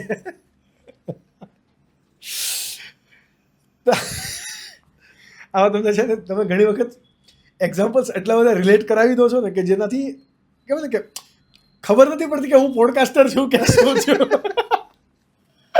પણ મેં કીધું એવું તમે સમજો, વિશ્વના સૌથી શ્રેષ્ઠ એડવાઇઝર, એનાથી મોટું કઈ જ નથી. કોઈ એડવાઇઝર નથી, કોઈ જ એડવાઇઝર નથી. અને તમે હું નહીં, સમગ્ર જીવ માત્રને એ સ્વીકારવું પડે, મનુષ્ય માત્રને, કે જે ભગવદ્ ગીતામાં દરેક પ્રોબ્લેમના સોલ્યુશન લખ્યા છે, હા એ ભગવદ્ ગીતા તો પછી લખાણી. એ વ્યક્તિ તો ત્યારે હાજર હતા. હાજર હતા. તો તમને પૂછવામાં શરમ શું કામ રાખી? અને રિઝલ્ટ તમે ભોગવો છો. રિઝલ્ટ તમે ભોગવો છો. આ વાત થઈ સ્ટોક માર્કેટમાં અંદર પોતે ઇન્વેસ્ટમેન્ટ કરતા હોય. હવે તમારી જેમ ઘણા બધા લોકો હશે કે જેને પોતાની એજન્સી ચાલુ કરવી છે, રાઈટ, કે ભાઈ બ્રોકરેજની એજન્સી, કે જેની પાસે કોઈ પણ ફંડ નથી, પોતાનો પૈસા નથી. તો એવું કોઈને ચાલુ કરવા હોય તો એની પાસે આ ચાલુ કરતા પહેલા કઈ સ્કિલ્સ ડેવલપ કરવી જોઈએ? જો ચાલુ કરવા પહેલા મેં એક ભૂલ કરેલી, કઈ એ આ સૌથી જે- મોટી, કે લોકોને એમ કીધું કે ભાઈ અમે બ્રોકિંગ ફર્મ ખોલી છે, તમે આવી જાઓ, તમારું એકાઉન્ટ ઓપન કરી દેશું, તમને જે આકાશભાઈ શેર લીધા છે એ સારા હશે તો જ એને તમે બી લઈ લો. એવી રીતે આપણે બધા લઈ લેતા હતા અને બધા જ મરી ગયા. તો એવું નહીં કરવું જોઈએ. સૌથી પહેલાં તો તમે સ્કિલ એવું છે કે જે લોકો તમારી પાસે આવે છે, તમારી પાસે જે ભાવના છે કે લોકોને કમાઈને આપવાની ભાવના હોય, કે લોકોના પૈસા છે ને ડૂબવા નહીં જોઈએ. તમારી સાથે લોકોને 2% ઓછા મળશે ને વર્ષે એ ચાલશે, પણ લોકોની કેપિટલને ડેમેજ નહીં થવી જોઈએ. આ સ્કિલ તમારી પાસે હોવી જોઈએ સૌથી પહેલાં, કે તમે એવું વિચારશો કે એનું જે થવું એ થાય, મને દલાલી મળે છે ને એ કામ નહીં કરો. તમારી સાથે જે વ્યક્તિ જોડાણી છે ને એને એટલીસ્ટ, હું એવું સમજુ છું કે આજે 1 લાખ રૂપિયા તમારી પાસે છે, તમે શેફમાં મૂકી દીધા છે, એ તિજોરીના પૈસા 1 વર્ષ પછી કાઢશો ને એટલે 97,000 રૂપિયા, સોરી 93,000 રૂપિયા જશે. તમને એમ દેખાશે 1 લાખ રૂપિયા છે, એ 93 થઈ ગયા. મોંઘવારી એટલી મોંઘવારી ચાલે છે. વધી ગઈ. તો એની સાથે તમે છે ને માણસ પાછળ ન રહી જાય. અને ઘણીવાર એવું થાય છે કે અમારી સાથે ઘણા એવા માણસો હોય છે કે અમારી સાથે બ્રોકિંગ ફર્મમાં ઘણા એવા હતા કે ઓફિસો કઈ રીતે આતે છે, વ્યક્તિનું ઇન્વેસ્ટમેન્ટ લીધું હોય, બ્રોકિંગમાં કર્યું હોય, એ એવી જગ્યાએ ફસાઈ જાય, એવી જગ્યાએ પ્રોબ્લેમ થઈ જાય કે એ જે વ્યક્તિ હોય ને એના આખા ટ્રેક ચેન્જ થઈ જાય. સુરતની અંદર તો હમણાં એક રિસન્ટ કેસ છે, ઘણા એવા છે. હું તમને હું કહું છું, હું કોઈના નામથી કોઈને નાનો મોટો નથી કરતો, હા પણ એક સમજો, તમે વિચારો, હું એવું નથી કહેતો મને પૈસા આપો, હું પણ ડફળ જ છું, મને ખબર નથી પડતી, પણ એટલીસ્ટ તમે તમારા મગજથી કામ કરો, થોડુંક એવું રાખો. હું તમને એવું કહી દઉં કે તમારે ઇન્વેસ્ટમેન્ટ કરવું છે, શૈલેષભાઈ બહુ સારી વાત કરતા હતા, શૈલેષભાઈ પાસે 18 વર્ષનો, શૈલેષભાઈ પણ માણસ છે, ભૂલ કરે છે, તમે એને ટકોરો કે ભાઈ આનો પ્રોબ્લેમ થયો તો આનું શું છે, ગમે ત્યાં કરો, મારે ત્યાં કરો એવું જરૂરી નથી, ગમે ત્યાં. તમે હંમેશા એક છે ને, કોઈ બી કાર્ય કરો ને તેમાં નેગેટિવ સાઈડ પહેલાં જુઓ કે આ નહીં થાય તો હું શું કરીશ. વર્સ્ટ ઓફ ધ વર્સ્ટ સિનારીઓ પહેલા સર્ચ કરી લો. સાચવી લ્યો, તમે સ્વીકારી લ્યો કે આજે 10,000 રૂપિયા ઇન્વેસ્ટમેન્ટ કરો છો, એ પાછા નહીં આવે ને તો શું થશે તમારું, એ તૈયારી સાથે જાઓ. સૌથી પહેલાં એ તૈયારી હશે ને તો તમારી પ્રોબ્લેમ નહીં આવે. એનું કારણ છે કે તમે માઇન્ડસેટથી ક્લિયર છે. પેલું તમને છે ને ડબલ હેડેક પડશે કે વિચાર્યું જ નહોતું ને એ ઉપરથી આવ્યું. ઉપરથી આવ્યું એટલે તમને રિયલ લાઈફમાં પણ પ્રોબ્લેમ થશે. અને જે સ્ટોક માર્કેટના જે શોર્ટકટ કીવર્ડ છે ને એ તમે અપનાવવા માંડશો કે હવે આને કરવા માટે આ કરવું પડશે. એક મને ખબર નથી ને કઈ ભાષામાં સમજાવું, કે માણસ જ્યારે ડિપ્રેશનમાં આવે ને ત્યારે એને કોઈ સાચી સલાહ કે સારી વસ્તુ ન હોય. કે ઘણીવાર આપણે કહીએ ને કે ઘણા ખરાબ ડિસિઝન માણસો લે ને એ ક્ષણિક જ હોય. એ સમયમાં ખાલી એકવાર શાંતિથી કહે ને કે ભાઈ હવે જે થઈ ગયું છે એ થઈ ગયું છે, પણ એકવાર વેઇટ એન્ડ વોચ. બધા જ ડિસિઝન ક્લિક ડિસિઝન લેવા જરૂરી નથી. ડેફિનેટલી. જો આપણે આ બધા જે સવાલોના આન્સર આપીએ એ આપણે જેન્ઝીને ટાર્ગેટને લઈને આપે. હા. એક one more question for the Gen Z. Suppose કે કોઈ 22 વર્ષનો છોકરો અત્યારે 10,000 રૂપિયા લઈને સ્ટોક માર્કેટની અંદર આવે છે અને કરોડપતિ બનવાના સપના જુએ છે, તો ઇઝ ધેટ પોસિબલ? છોકરા એવું વિચારવું કેટલા વર્ષે બનવાનું છે? નહીં. 22 ના 25 બની જવું છે, એ ખોટું છે ને? હા, એ વ્યક્તિને પહેલા પૂછો કે 10,000 રૂપિયા લઈને આવવું છે, મારે કરોડ રૂપિયા કમાવા છે, તો ખરેખર આટલા વર્ષે હું કરોડપતિ બનીશ. સૌથી પહેલા એ ગ્રાફ બનાવો તો એ બનશે. આજે તમે મ્યુચ્યુઅલ ફંડ કરો છો તો મ્યુચ્યુઅલ ફંડમાં તમને કહે છે કે 1,000 રૂપિયા આટલા વર્ષ લગાવશો તો તમને આટલામાં વર્ષે કરોડ રૂપિયા લમસમ મળી શકે છે. ડેફિનેટલી. બરોબર છે, એક્સપેક્ટેડ છે, એક્સપેક્ટેડ છે, કન્ફર્મ નથી, પણ આજુબાજુમાં. તો એ આજુબાજુ તો પહોંચશો જ તે ત્યાં જે. હવે આ જેન્જીને 22 વર્ષે 10,000 રૂપિયા લઈને આવે ને 25 તેને કરોડ રૂપિયા જોઈએ છે. એ ટાઈમ ટેબલ એ ક્યારેય નહીં બને. અને હું તો એને ચોખ્ખી સલાહ આપું છું, ભાઈ 10,000 ની કંઈક પાર્ટી કરી નાખો, ફ્રેન્ડ સર્કલ વાળા પીઝા ખાઈ આવો, માઉન્ટ આબુ કે ગોવા ગમે ત્યાં ફરી આવો, પણ 10,000 રૂપિયા સ્ટોક માર્કેટમાં નહીં આવો તો ઇન્ડસ્ટ્રીને બદનામ કરો છો. ડેફિનેટલી. આપણે જ્યારે હમણાં તમે મ્યુચ્યુઅલ ફંડની વાત કરી ને, એટલે અત્યારે બહુ બધા એક કહેવાય ને કે એટલી અવેરનેસ અને એટલા બધા ફિનટેક એડવાઇઝર અને ઇન્ફ્લુએન્સર પણ અત્યારે બધા આવી ગયા છે કે જે બહુ બધા લોકોને કહેતા હોય કે ભાઈ તમારી સેલરીના આટલા ટકા રૂપિયા તમે આટલા આમાં ઇન્વેસ્ટ કરો, આમાં ઇન્વેસ્ટ કરો, અથવા તો સ્પેસિફિકલી એટલું સેવિંગ અને એટલું ઇન્વેસ્ટમેન્ટ કરો જ, બરાબર. બટ મારું એવું પર્સનલી માનવું છે કે એ દરેક વ્યક્તિ માટે ફિક્સ ના હોવું જોઈએ. બટ તમે આ ફિલ્ડની અંદર છો, વોટ ડુ યુ સજેસ્ટ કે સ્ટોક માર્કેટની અંદર જે લોકો કોઈ પણ જગ્યાએ ઇન્વેસ્ટમેન્ટ કરવા માંગે છે એ લોકો સ્ટોક માર્કેટમાં કરવું જરૂરી છે, અથવા તો પછી જે આપણે જૂની પેઢી છે કે ભાઈ જે માને છે જમીનમાં, મકાનમાં કે પછી કોઈ પણ કોમોડિટી માર્કેટની અંદર કે એમાં ઇન્વેસ્ટ કરી દો, વોટ ડુ યુ બિલીવ? જો તમે કીધું ને એનો આન્સર એવો થાય, તમારામાં જ્ઞાન છે, જ્ઞાન સાથે રિટર્ન જોઈએ છે તો સ્ટોક માર્કેટમાં આવો. તમારામાં નોલેજ છે, તમારામાં સ્કિલ છે તો તમારે આવવું જોઈએ. કારણ કે એવું પ્લેટફોર્મ છે કે તમારી સ્કિલ તમારા સપના પૂરા કરશે. તમારી સ્કિલ હશે ને તો સપના. અને વર્લ્ડનો બેસ્ટ બિઝનેસ છે આ. હા. કેમ? કઈ રીતે? તમે સમજો, આજે રિલાયન્સ ઇન્ડસ્ટ્રી તમારે ચાલુ કરવી છે, થશે તમારથી? ના થાય. તો તમને એના પાર્ટનર બનાવી દઉં. મજા આવી જાય, મજા આવી જાય. આ બસ સેમ છે, સમજી શકો તો. હા. હવે વાત એ આવી કે તમે કેટલા ટકાના એના પાર્ટનર છો. નાના એવા જ પાર્ટનર છો, એનું જેટલી રિટર્ન આવશે એટલી જ તમારી પર્સન્ટેજમાં આવશે. હવે તમે 2 વર્ષમાં રિલાયન્સને ટેક ઓવર કરવાની વાત કરો તો ખોટી પડે. ખોટી પડે. એ પ્રોબ્લેમ ત્યાં છે, લોકોને પેશન્સ નથી. કરવું છે બધાને, અને હું તમને ગેરંટી સાથે કહું કે દરેક માણસ આની સાથે જોડાયેલો છે, પણ એ સ્વીકારતો નથી. એ બધા છે ને કિસ્મત અજમાવવા આવે છે. કે ભાઈ મારું ચાલી જશે, એકવાર ટ્રાય કરો, આવી ગયું ઠીક છે, નકર આપણે એનામાં ક્યાં અટકી. એવું નહીં કરો, પ્રોપર પ્લાનિંગ સાથે આવો. અને એવું તો નહીં જ કરો કે ઇન્ડસ્ટ્રી બદનામ થાય. એ ઇન્ડસ્ટ્રી અત્યારે બહુ બદનામ થાય છે, એટલે જેની કોઈ કલ્પના નથી કે ઇન્ડસ્ટ્રી બદનામ થવામાં 2 વસ્તુ છે. એક તો સૌથી વધારે જેન્ઝી આવ્યા, અને એ લોકોનું કેવું છે કે એ જે આવ્યા ને એની સ્પીડ બહુ ફાસ્ટ હોય. જેમ શંકર ભગવાનને કેમ પેલી ગંગાજીને સમાવવા માટેની જટા જોઈએ, આમાં અત્યારે કોઈ એવી જટા છે જ નહીં કે આ જેન્ઝીને ઊભા રાખી શકે. એ લોકોની સ્પીડ એટલી છે કે આજે લોસ કર્યો ને તો કાલે બધા કવર જ કરી લેવા છે. અને આટલી ઉતાવળ અંદર કોઈક ને કોઈ ખોટું પગલું ભરી લે છે, આવે જ છે. અને મેં કીધું એમ ફરી પાછું ત્યાં જ આવશે. જે શાંતિવાળા છે ને એમ કે તમારે જે કરવું એ કરો, એને ધીરે ધીરે ધીરે ધીરે એના પૈસા આવ્યા જ કરશે. અને આ સ્ટોક માર્કેટ એક છે ને જીવનનો બહુ મોટો એક મેસેજ આપે છે કે કોઈ પણ આપણે કન્ડિશન આવે, સપોઝ કે કોઈકની સાથે ખરાબમાં ખરાબ કન્ડિશન્સ આવી ગઈ ને છતાં પણ તમે એને જો સમય આપશો ને, લોકો ભૂલી જશે ને, એ હીલ પણ થઈ જશે. અને આ કુદરતનો નિયમ છે. તમે કદાચ કોઈ પણ જગ્યાએ ખાડો ગાળો, બરાબર, સમય જવા દો, એ ખાડો ઓટોમેટિક ભૂરાઈ જશે. આ કુદરતનો નિયમ છે.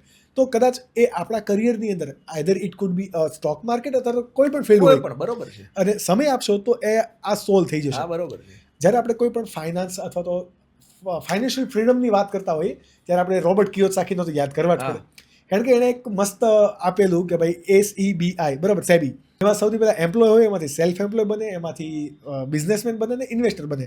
તો એક આઈડેન્ટિકલ પાથ છે કે ભાઈ તમારા કરિયરની અંદર ફાઇનાન્શિયલ ફ્રીડમ માટે તમે આ રીતે જાઓ, અથવા તો એક માર્ગ આપ્યો છે કે જો તમે આ રીતે જાઓ તો તમારા માટે વધારે સારું છે. બટ અત્યારે લોકો ડાયરેક્ટ ઇન્વેસ્ટર બનવા માંગે છે. એના માટે તમે શું સલાહ આપશો? Direct investment. ડાયરેક્ટ ઇન્વેસ્ટમેન્ટ મેં કીધું ને એવું છે કે ડાયરેક્ટ ઇન્વેસ્ટર ક્યારે બને છે એ લોકો છે ને જાતે સ્ટ્રગલ કરીને પૈસા નથી લાવતા.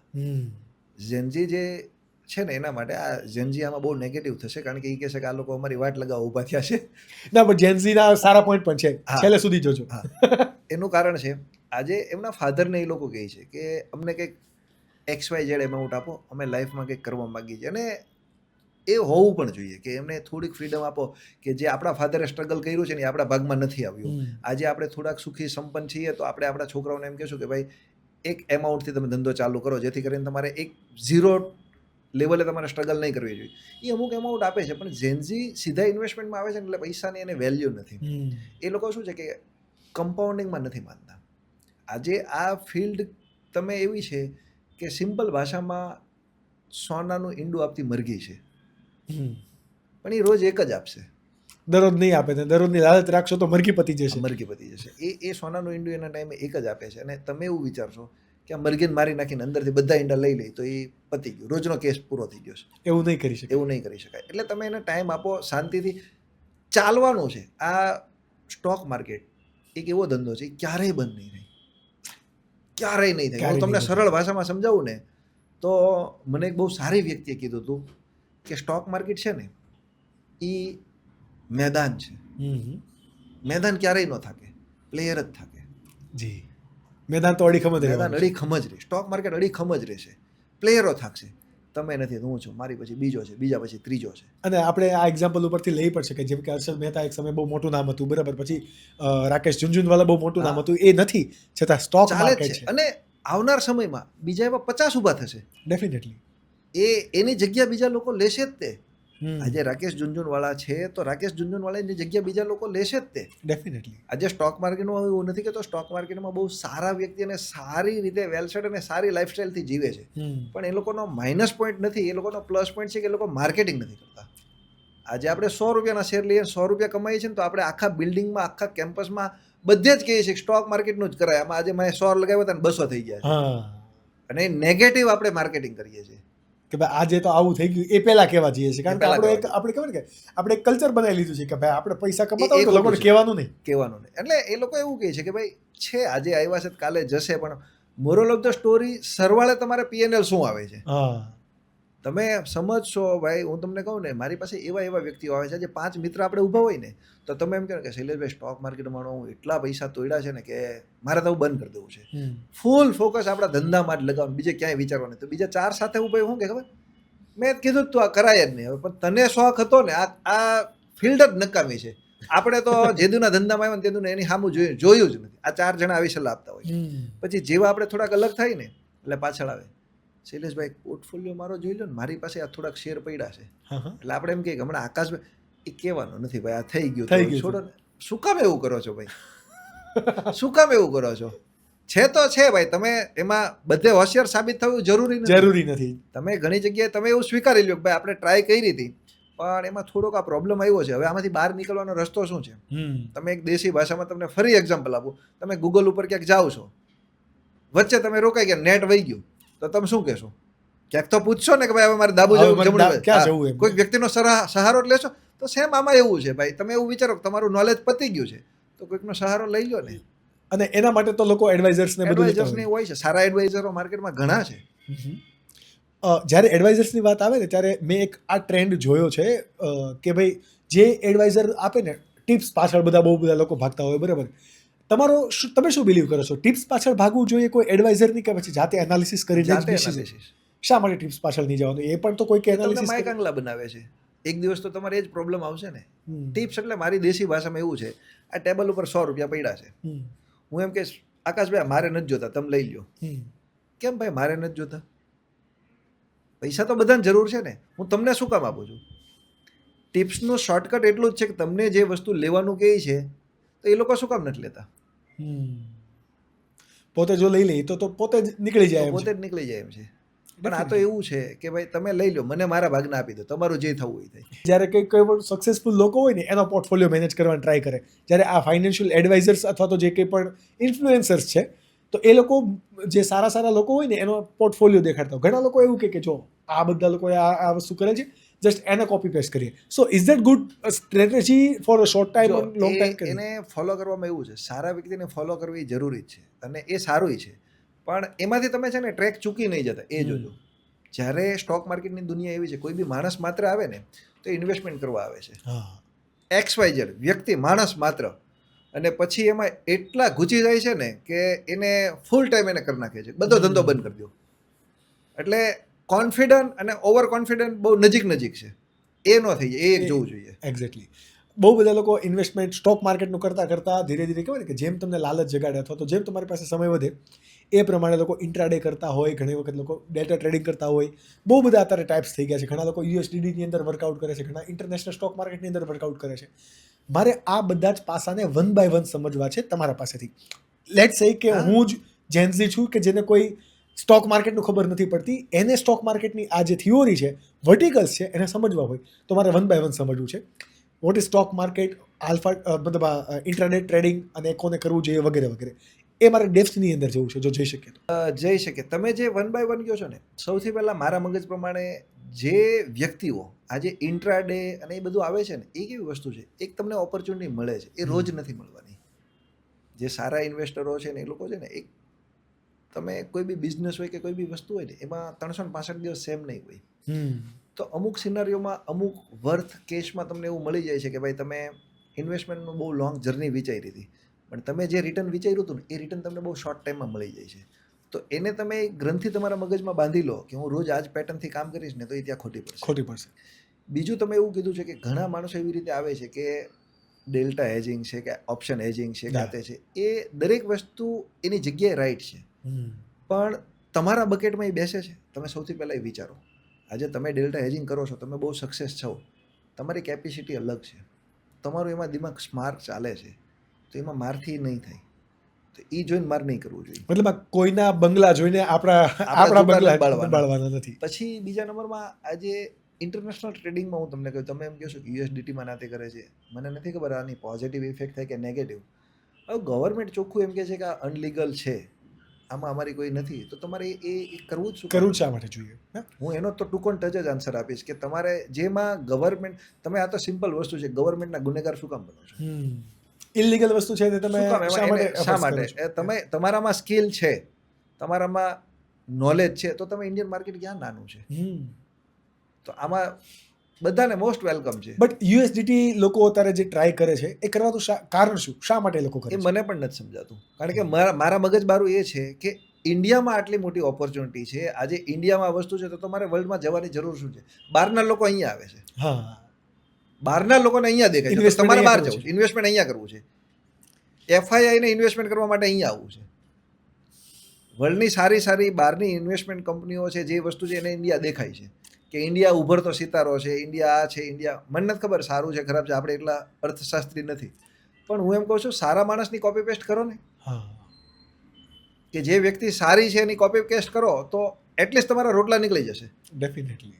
એ લોકો બહારવાળા અહીંયા ઇન્વેસ્ટમેન્ટ કરવા માટે આવે છે, તો તમારે બહાર જવાની જરૂર શું છે? આ તો ઉલટી ગંગા ચાલે છે. પણ એને એવું જ છે કે ક્યાંક ને ક્યાંક લોભ. ડેફિનેટલી. જ્યારે સ્ટોક માર્કેટની વાત કરતા હોઈએ ને ત્યારે એક કહેવાય ને કે 35 કે 40 વર્ષના લોકો પાસેથી આપણે એવું પણ સાંભળતા હોય કે જેને બધી જ ના ખબર હોય, બટ જેને થોડી ખબર હોય, એટલે આપણને એવું કહેતા હોય કે ભાઈ આ સ્ટોક માર્કેટ તો છે ને મોટી મોટી કંપનીના પેટ ભરે છે, તમારા પૈસે એ લોકો ધંધો કરે છે, right? So what your thought on it? એ તમારા પૈસે પેટ ક્યારે ભરે? તમારામાં કંઈક ઘટતું હોય તો ને. તમે એને ચાન્સ શું કામ આપો છો? તમે સારી કંપનીમાં ઇન્વેસ્ટમેન્ટ કરો ને, એ મહેનત કરીને તમને રિટર્ન આપે. એટલે લોકો ત્યાં ઇન્વેસ્ટમેન્ટ કરી નથી શકતા ને પાછા તમે બદનામ કરો છો. એ ખરાબ નથી, તમારું રિસર્ચ ઘટે છે, તમને ખબર નથી. એ તો એની જગ્યાએ રેડી જ છે. આ દુનિયામાં સાહેબ હું તમને કહું ને બહુ ક્લિયર છે, લોકો તમને ડૂબાડવા જ બેઠા છે, ડગલે ને પગલે. તમને તરતા આવડવું જોઈએ. ડેફિનેટલી. એ લોકોનું બહુ સિમ્પલ જ છે, તમે કંઈક ભૂલ કરો એટલે તમારું બધું મારી પાસે વી આવે.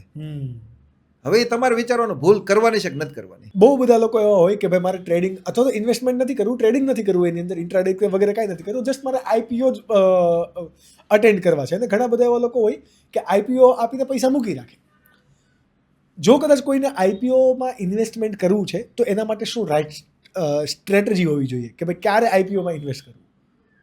આપણે બહારની વાત નથી કરવી, સુરતની જ કરીએ. સુરતની કેટલી કંપનીના IPO આવ્યા? સુરતની ઘણી ગાંઠી, મતલબ આમ ગણી શકાય એટલી બધી સક્સેસ નથી. તો તમારે વિચારવાનું છે કે કઈ કંપની છે, કોનું ફ્યુચર છે, એના વિચારો શું છે, કંપની કઈ રીતે ગ્રો કરે છે, આવનાર સમયમાં એ જે વસ્તુ છે, જે પ્રોડક્ટમાં છે, એ પ્રોડક્ટની ડિમાન્ડ છે, તો તમારે એમાં કરવું જોઈએ. એક વિઝન તો દેખાવું જ જોઈએ. પહેલા વિઝન જોવું પહેલા જોઈએ, vision કેલ્ક્યુલેશન જોવું અને જોઈએ. ન્યુમેરિકલ હા, કેલ્ક્યુલેશન કે પછી. એ પહેલા સૌથી પહેલા તો એ છે જે કંપનીની જે પ્રોડક્ટિવિટી છે ને એ ખરેખર આવનાર સમયમાં કામની છે તો તમે એના ઉપર કામ કરી શકો છો. બીજા નંબરમાં તમને એમાં થોડોક ઇન્ટરેસ્ટ પડ્યો કે આવનાર સમયમાં આ વસ્તુની ડિમાન્ડ છે, તો તમારે એવું વિચારવાનું છે કે કંપની ખરેખર પેપર પર જ છે કે રિયલમાં કામ કરે છે, તો તમે અંદર ઉતરો. બીજા નંબરમાં કંપની રિયલમાં કામ કરે છે તો એનું લાસ્ટ યર, એની પછીનું P&L ચેક કરો, એની બુક વેલ્યુ ચેક કરો કે ખરેખર કંપની શું કરે છે. આજકાલ આ બધું ડિજિટલ બધું ઓપન મળી જાય, ઓપન મળી જાય છે, એમાં એ કઈ શીખવાડવાની વસ્તુ નથી. તો પછી તમે આ રીતે કરશો ને તો તમને બહુ ક્લિયર છે. આજે તો IPO આવતા પહેલા ગ્રે માર્કેટમાં એના પ્રીમિયમ આવી જાય છે. હા, તો એ બી એક તમને સંકેત આપે છે કે ખરેખર એનું પ્રીમિયમ આટલું છે તો આ વસ્તુ કામની છે કે નથી, આનું ડિસ્કાઉન્ટ છે તો શું કામ ડિસ્કાઉન્ટ છે. અને પ્રીમિયમ ડિસ્કાઉન્ટની વાત કરો તો પેટીએમમાં કઈ ખરાબી હતી જ નહીં, હા. તો એ ડિસ્કાઉન્ટમાં ખુલ્લો હતો. પેટીએમ વિશે તો મારે કઈ નહીં બોલાય, મેં તમને ચર્ચા કરી. એટલે તો નામ લીધું. તો એટલે એવું બધું બી થાય છે. જો આ ફિલ્ડમાં તમને એક્સિડન્ટ તો કરાવશે, પણ એક્સિડન્ટમાં એવું થાય કે નાની મોટું ડેમેજ થઈને પૂરું થઈ જવું જોઈએ. અને એ ડેમેજ અને પાછા વળતા આવડતું હોવું જોઈએ. બસ એવું છે. એટલે IPO કરવા જોઈએ. અને IPOમાં હું પ્રેક્ષકોને એક સલાહ આપીશ કે ઘણા માણસો એવા કહે છે કે ભાઈ IPO લાગે પછી અમારે શું કરવું, હોલ્ડ રાખવું કે નીકળી જવું કાતે છે.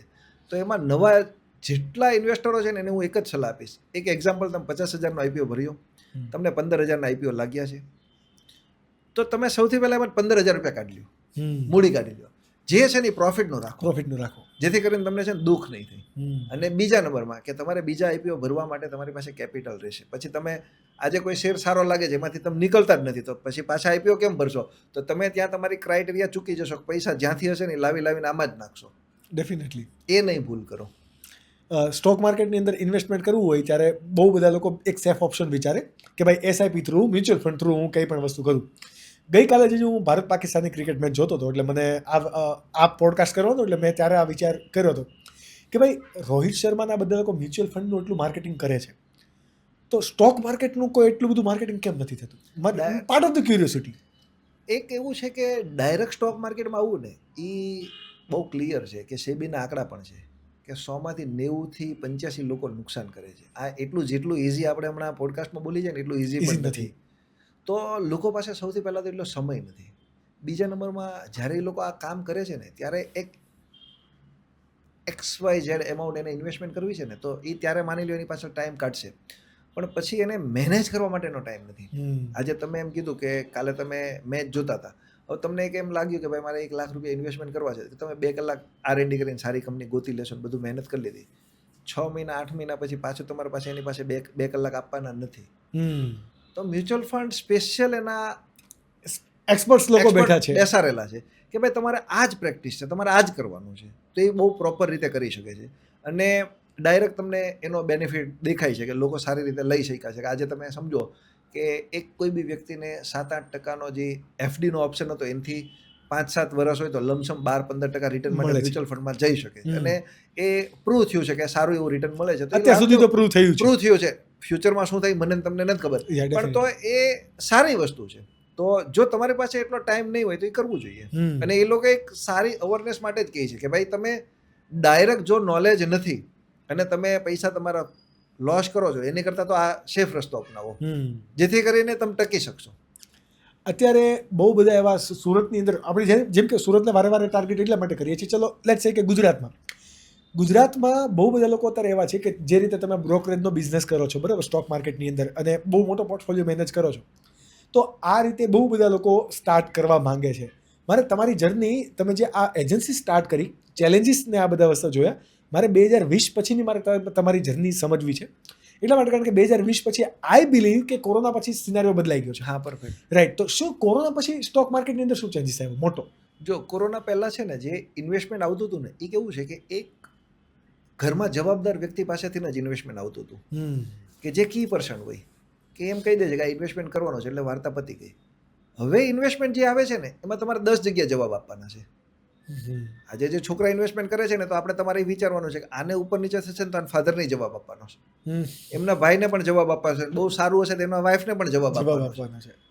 તો એ 5-7 જગ્યાએથી તમારે પેરામીટર મગજમાં રાખવાના છે કે આ બધો ફ્લો આવશે જો તમે ખોટું ઇન્વેસ્ટમેન્ટ કરાવ્યું તો આ બધું સહન કરવું પડશે. પહેલા એવું હતું કે ભાઈ છે તમારી મારી જ વાત છે, વાર્તા કરો પૂરી, આપણે બે છીએ, આપણે બે છીએ, બીજું કોઈ જ નથી. હવે એવું છે, જો તમારું ખરાબ રીતે તમે એને જજ કર્યું છે કે ભાઈ આને ઇન્વેસ્ટમેન્ટ કરાવી દો, ભાઈ થઈ જશે કંઈક, અને એ નથી થયું, તો એમના ફાધર આવશે, તમે આને આ રીતે સલાહ આપી કેમ છે, આ નહીં થાય. તમે માનશો નહીં ભાઈ, ક્યારેક તમે સેબીમાં કમ્પ્લેન્સ જોજો, તમે એટલી ફરિયાદ જાય છે રોજની કે ભાઈ આ એડવાઇઝરે મને આ ખોટું લેવડાવી દીધું હતું, નાનું આમ હતું, કે જેની કોઈ કલ્પના નથી. આ એક સેમ વસ્તુ એવી છે કે સાયબર ફ્રોડના અત્યારે કેટલા કિસ્સા થાય છે, અઢળક, સેમ અઢળક છે. એટલે તમારે ડગલે ને પગલે એ વિચારવાનું, 20 પછી તો તમારે વિચારવાનું 100% તમે આ સહન કરી શકો એમ છો, તમારી પાસે બધા જ પાસા છે, બધી જ રીતે તમે સુટેબલ છો, બધું છે, તો જ તમે કરાવો, નકર નહીં, બાકી ના કરાવો. બાકી સ્ટોક માર્કેટથી તમે દૂર રહ્યો.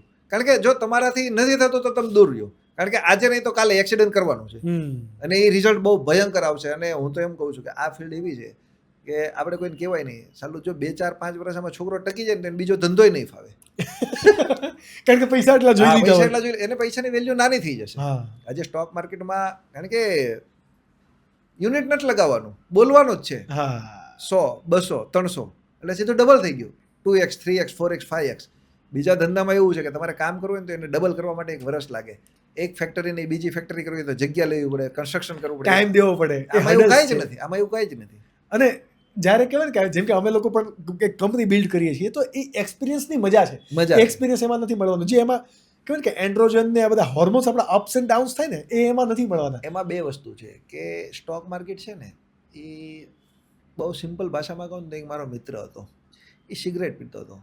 તો મેં કીધું આ યાર દોસ્ત તારે બંધ કરી દેવી જોઈએ. એ કે એટલે 31st નજીક હતી, કે 31 તારીખે કાલે 31st છે ને, કાલે રાત્રે 12 વાગે પીન પછી કે મારું કમિટમેન્ટ છે કે આપણે સિગરેટ બંધ થઈ જશે. કે વાંધો નહીં. 2-4 દિવસ પછી પાછો મળ્યો તો સેમ એવું કે હું એક સિગરેટ પી લઉં. મેં તે તો કમિટમેન્ટ આપ્યું હતું. એ કે યાર મેં 31 તારીખે લાસ્ટ સિગરેટ પીધી ને પછી મને અંદરથી અવાજ આવ્યો, યાર મેં આટલા વર્ષ તને સપોર્ટ કર્યો ને હવે તું મને બંધ કરી દઈશ. એટલે કે મેં પહેલી તારીખે 12 ને 1-2 મિનિટે પાછી એક પીધી, તો એમાં મને મજા આવી. તો એને એમ કીધું હું તને લાઈફમાં આટલી મજા કરાવું છું, તું મને બંધ શું કામ કરે છે, ગિલ્ટ ફીલ કરાવે આવું શું કામ કરે. એટલે કે મારાથી બંધ નથી થતી. તો સ્ટોક માર્કેટ એવું છે, ખુશીમાં ચાલે ને ગમમાં ચાલે છે, પણ એ તમારે નક્કી કરવાનું છે, છૂટી નથી શકતું. એવું ન થવું જોઈએ, તમારે ઊભું રહી જવાનું છે. બટ અત્યારે જે તમે બિઝનેસ કરો છો, બરાબર, એઝ ઓફ નાઉ કયા ચેલેન્જીસ છે તમારા બિઝનેસમાં? બિકોઝ બહુ બધા લોકો જ્યારે બિઝનેસ સ્ટાર્ટ કરવાનું વિચારતા હોય સ્ટોક માર્કેટની અંદર, તો એને ચેલેન્જીસ પણ સમજવા જરૂર છે. What are the key challenges right now? Key ચેલેન્જીસમાં એવું છે કે જે અત્યારે જનરેશન ફાસ્ટ ચાલે છે ને, એમાં જો તમે દોડી શકતા હોય ને તો કરો, બાકી નહીં. તમે એવું વિચારશો કે ભાઈ મારી પાસે 5-25 ઇન્વેસ્ટર છે, હું એને આવી સર્વિસ આપીને, રોજ નવું આવે છે, રોજ નવું. જો આ તમે ચેલેન્જ સ્વીકારી શકતા હોય, તમે તમારી જાતને રોજ શીખવા માટે તૈયાર હો ને તો તમે આવી જાઓ. બાકી તમે એવું કહેશો કે XYZ સમથિંગ સેટઅપ કરી દઈશ ને આ તે તમારું ચાલી જશે, એ સમય ગયો. રોજ નવું છે. વન મોર થિંગ કે મને જ્યાં સુધી એવું લાગે છે, જ્યાં સુધી સપોઝ કે મેં તમને મારા પૈસા મારી પાસે ટાઈમ નથી અને મેં તમને મારા પૈસા XYZ અમાઉન્ટ તમને ઇન્વેસ્ટમેન્ટ કરવા આપ્યા, એટલે કે શૈલેષભાઈને મેં ઇન્વેસ્ટ કરવા માટે આપ્યા. હવે તમારી કંપની છે, તો મારી એક્સપેક્ટેશન ઘણી વખત બની જાય કે ભાઈ શૈલેષભાઈ જ મને આમાં આન્સર આપશે, અથવા તો હું બધી જ કન્ડિશન્સ માટે શૈલેષભાઈને જ રિસ્પોન્સિબલ ગણાવીશ. ને યુ હેવ ધ ટીમ, બહુ મોટી ટીમ છે અત્યારે તમારી પાસે, રાઈટ? તો આ ચેલેન્જીસ આવે ત્યારે તમે કઈ રીતે ડીલ કરો? તમે માનશો નહીં, મારી પાસે જેટલા કસ્ટમર છે ને એમાંથી 1% કસ્ટમર પણ મારી પાસે ડાયરેક્ટ નથી. બધી ટીમ ઉપર, બધી જ ટીમ ઉપર. તમે એવું સ્વીકારો કે શૈલેષભાઈ પાસે તમારે શું કામ આવવું પડે? તમારા પ્રશ્નનો સેટિસ્ફેક્શન આન્સર ન મળે ત્યારે તમને જે વ્યક્તિ આપી છે એ વ્યક્તિ જ તમને સોલ્વ કરી દે તો તમારે અહીંયા આવવાની જરૂર જ નથી. બટ ડુ યુ થિંક કે મને જ્યાં સુધી ખ્યાલ છે ત્યાં સુધી કે બહુ બધા લોકો ત્યાં એ જ વિચારતા હોય કે ભાઈ મને જે ઓનર જવાબ આપશે ને એવો એની ટીમ તો જવાબ નહીં આપી શકે. તમે એ ટીમને કરી તો ત્યાં મેનેજ કરી આવી રીતે બતાવીશ. હું તમને એ જ કહું છું કે ઓનર કરતા એ હોશિયાર છે. ફરીને વાત ત્યાં જાય, હું 10 ફેલ છું અને મારે ત્યાં MBA ફાઇનાન્સ કરેલા છે લોકો છે કે જે આ ફિલ્ડના એકદમ બહુ વેરીફાઈ આમ ટ્રસ્ટેડ માણસો છે કે એમાં મારે પણ એમની જ સલાહ લેવાની છે. એ લોકો તમને પેલું કરે તો આ તો એવી વાત થઈ કે હું એક સારો વેદ છું. હા હું તમને કહું છું કે તમારો હાથ મને એવું લાગે છે ફ્રેક્ચર થયું છે, હું સર્જન નથી. એના માટે સારા ઓર્થો પાસે જ ઓપરેશન એને જ કરવું પડશે. હવે ત્યાં તમે એવી જીદ કરશો ને કે શૈલેષભાઈ તમે મને કીધું તો ફ્રેક્ચર જ નીકળ્યું છે એક્સરેમાં, તમે મારું ઓપરેશન કરશો તો તમે મરી જશો, એ હાથ રોજ માટે તમે ખોઈ બેસશો. તો હું ત્યાં એમ કહીશ કે મારી ટીમમાં સારામાં સારા ઓર્થોના સર્જન છે, એની પાસે આપણે ટ્રીટમેન્ટ કરાવી લઈએ.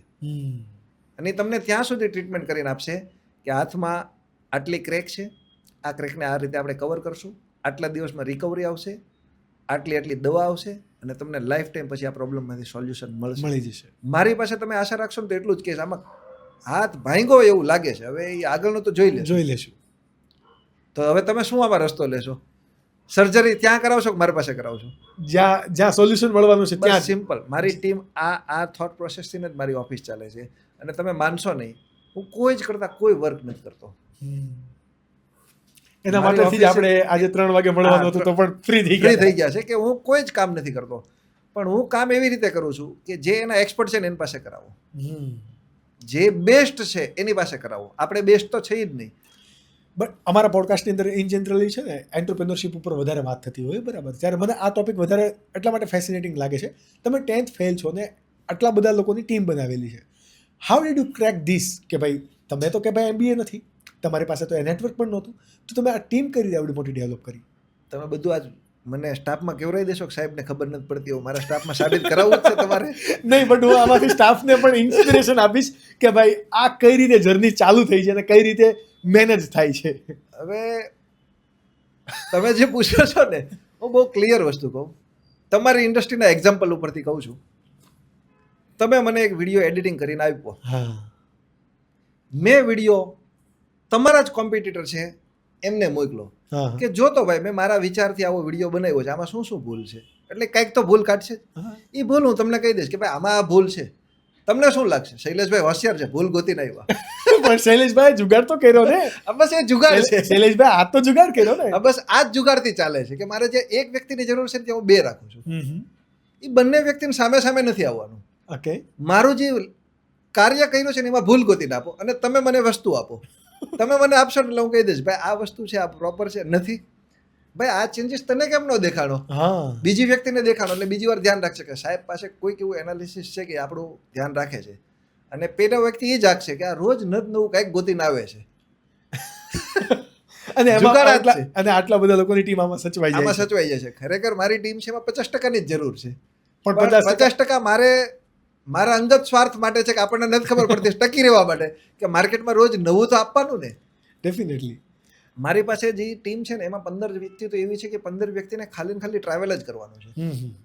આજે કોઈ પણ જગ્યાએ એક્સપો થાય છે, કોઈ બી ઇવેન્ટ થાય છે, કોઈ બી સારા કોઈ પણ કાંઈ પણ વસ્તુ આવીને તો એને એક જગ્યાએ 7 દિવસથી વધારે નથી રોકાવાનું. ઓકે, એને અલગ અલગ સ્ટેટ આપેલા છે કે રાજસ્થાન, મધ્યપ્રદેશ અને ગુજરાતમાં નવું શું ચાલે છે એ તારે મને રિપોર્ટિંગ આપવાનું છે. ઓકે, એને રિસર્ચ એના ઉપર જ જોવાનું, એને કંઈ જ નથી જોવાનું માર્કેટમાં શું શું ડિમાન્ડ છે, શું સપ્લાય છે, લોકો નવા બ્રોકરો શું નવું લાવ્યા છે, માર્કેટમાં શું શું વસ્તુ થાય છે, તો એ મને રિપોર્ટ આપો. એ આવ્યા તો આપણે આપણી આગળની ટીમને ફોરવર્ડ કરવાનું, ભાઈ માર્કેટમાં આવી પણ ડિમાન્ડ એવી છે, આપણે કેમ આના વિશે વિચારતા નથી, આ પણ આપો. આ રીતે એક ચાલે છે, એક જુગાડ છે દેશી ભાષામાં કે આપણે પહોંચી નથી શકતા એટલે ત્યાં આપણે નંબર ઓફ વ્યક્તિ સોંપી દીધી છે કે ભાઈ તમે આવું કામ કરો ને આ વસ્તુ મને ગોતી આપો. ઓકે, આવડી મોટી ટીમ છે, બરાબર, આટલો તમે આટલો પોર્ટફોલિયો પણ મેનેજ કરો છો તમારી કંપનીની અંદર, તો પછી તમે એક એકેડમી પણ ચલાવો છો, બરાબર, બ્રાઇટ વિઝન એકેડમી, તો એ શા માટે? એ 100% એના કોઈ પૈસા નથી, કોઈ વસ્તુ નથી, એ ખાલી ને ખાલી અવેરનેસ માટે છે કે મેં મારી લાઈફમાં મને જે પ્રોબ્લેમો આવ્યા, કદાચ મારો એક્સપિરિયન્સ કોઈ વ્યક્તિને કામમાં આવી જતો હોય તો એના માટે.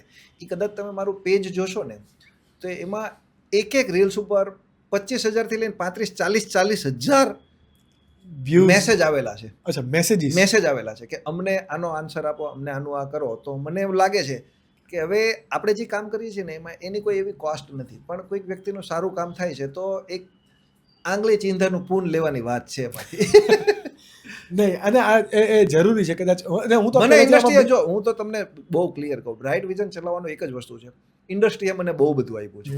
હવે એવું છે કે ઇન્ડસ્ટ્રીમાં મારે પાછું આપવાનું છે, જેને કામનું એ લઈ લેશે. રેડીમેડ કપડાની દુકાન જેવું છે, મારું નોલેજ કદાચ કોઈક વ્યક્તિને કામ થઈ જતું હોય તો શું આપવામાં ખોટું છે? બસ મેન પર્પઝ બ્રાઇટ વિઝન ચલાવવાનો આ જ છે. બાકી એમાં ₹1 રેવન્યુનો નથી. એમાં કદાચ થોડું ઘણી કોસ્ટિંગ જતી હશે ઘરની, હા. પણ એમાંથી કોઈ ઇન્કમ કરવાનું નથી. પણ હું એવું કહું છું કે આખા વર્ષમાં એક પણ વ્યક્તિને ખોટી જગ્યાએ ઇન્વેસ્ટમેન્ટ જતા બચી જશે ને તો એ મને વસૂલ છે. એ વસૂલ છે અને એ જ આપણે હવે કહેવાય ને કે રિટર્ન લેવાનું રિટર્ન લેવાનો બસ એ જ છે. ડેફિનેટલી.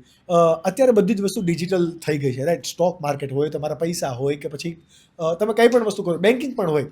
શૈલેષભાઈ, લેટ સપોઝ કે આવતીકાલથી ઇન્ટરનેટ હંમેશા માટે બંધ થઈ જાય, તો આટલા મોટા લોકોનું ઇન્વેસ્ટમેન્ટ થયેલું છે, હાઉ વિલ યુ મેનેજ? મારે નથી કરવાનું ને. સમજી લ્યો બંધ થઈ જશે તો મારા એક માટે ચેલેન્જ નથી ને. હા, ચેલેન્જ તો આપણા માટે નથી. બધા જ માટે છે. હમ. તો આપણે એવું વિચારવાનું જ નથી કે આપણે આ કરતા પાછું એકથી ચાલુ કરો. હમ. મને તો લાઈફમાં એ ટેવ પડી ગઈ છે. ઝીરોથી ફરી પાછું ચાલુ કરો. આપણે એક માટે કંઈ બંધ નથી થવાનું. અને સમજી લો કે બંધ થઈ ગયું છે તો આપણે તો ક્યાં એમાં શરમ છે? પાછા આપણે શરૂઆત એકથી કરો કે આપણે ફરી પાછા એકથી કામ ચાલુ આપણે કરો. ડાઉન ટુ અર્થ આવી શકીએ છીએ. એમાં 1% પણ શંકા તમે માનશો નહીં. ઘણા વ્યક્તિ એવું કહે હમ. કે તમે આ પોર્ટફોલિયો જે કરો છો ને હા, તો હા, તમે ફેલિયર થાવ તો આ તે છે. મારી સાથે 2000ની સાલથી જોડાયેલી વ્યક્તિને તમે મળો ને તો પણ એ જ કહે કે શૈલેષભાઈ તેદી એ જ હતા, આજે એ જ. શું કામ ફરક લાવવો જોઈએ? તમે છે ને પદ પ્રતિષ્ઠાને પોતાનું માનો છે, એ હોતું નથી. હોતું નથી. આપણે મળેલું હોય છે. એ તમારે તમારો એક સમય હોય છે ને ત્યાં સુધી સાચવવાનું છે. પછી એને હેન્ડઓવર કરવાની વ્યક્તિ છે.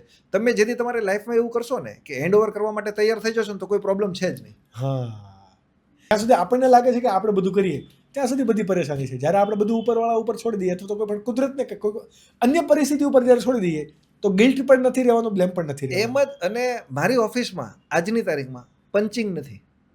આ ઓફિસ તમારી છે. તમને મજા આવી રીતે કામ કરો. તમને જે કામ છે એમાંથી આપણે કમાશું તો હું ફિક્સ આટલા ટકા જ મારે જરૂર છે, બાકી બધું તમારું જ છે. બધા એવરીથિંગ ઇઝ પાર્ટનર. બધા પાર્ટનરશિપમાં ધંધો કરો. ઇન જનરલી પાર્ટનરશિપમાં મતલબ જ્યારે આપણે કોઈ પણ વ્યક્તિને ટકાવાર અથવા તો કોઈ પણ વ્યક્તિને ઇન્સેન્ટિવ ઉપર કામ આપતા હોય ત્યારે ટીમ આ બધા સેક્ટરની અંદર વધારે બની શકે. ઇન્સેન્ટિવ ઉપર કામ આપવામાં એવું છે કે તમે કેટલી વાર કહી શકશો કે આકાશભાઈ છે ને એ પ્રીમિયમ કસ્ટમર છે, તમે એમનું ધ્યાન આપજો. તમારે કહેવાની જરૂર નથી. એ લોકો જ તમને સર્વિસ આપશે કે તમને પ્રીમિયમ બનાવી દેશે. મારા કહેવાથી નહીં કરે. એમને ફીલ કરાવી દો કે આ કામ આપવાથી મને આટલી એફર્ટ લગાવી દઈશ ને તો આટલું ઇન્સેન્ટિવ મળવાનું છે, તો તમારો ગ્રો એમનું થશે. મારી જે ટીમ છે ને એનું મેઇન સક્સેસ હું મારી જાતને સૌથી વધારે આમ નસીબદાર ગણું ને તો એ જ કે મને મારી ટીમ જે મળી છે ને એમાં અનબિલિવેબલ. આજે જે કાંઈ છે એ બધું ટીમ છે. ગ્રેટ.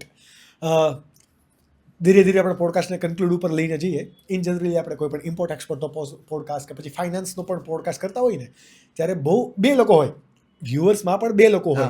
કારણ કે લોકોને નેગેટિવ સાઈડ આપણે જ્યારે દેખાડતા હોય ત્યારે એની પોઝિટિવ જોતા હોય ને પોઝિટિવ દેખાડતા હોય ત્યારે નેગેટિવ જોતા હોય. તો બહુ બધા લોકો આપણને ક્વેશ્ચન્સ કરશે કે ભાઈ જો તમને આટલી બધી બેને ખબર પડે છે, મને પણ આમાં લઈ લે છે, બરાબર, કે જો તમને બધી ખબર પડે જ છે તો તમે રાકેશ ઝુંઝુનવાલા કેમ નથી બની શકતા? બરોબર છે. વાય આવું સપોઝ કે આપણે પૂછ્યું તો શું આપણે આન્સર આપવા?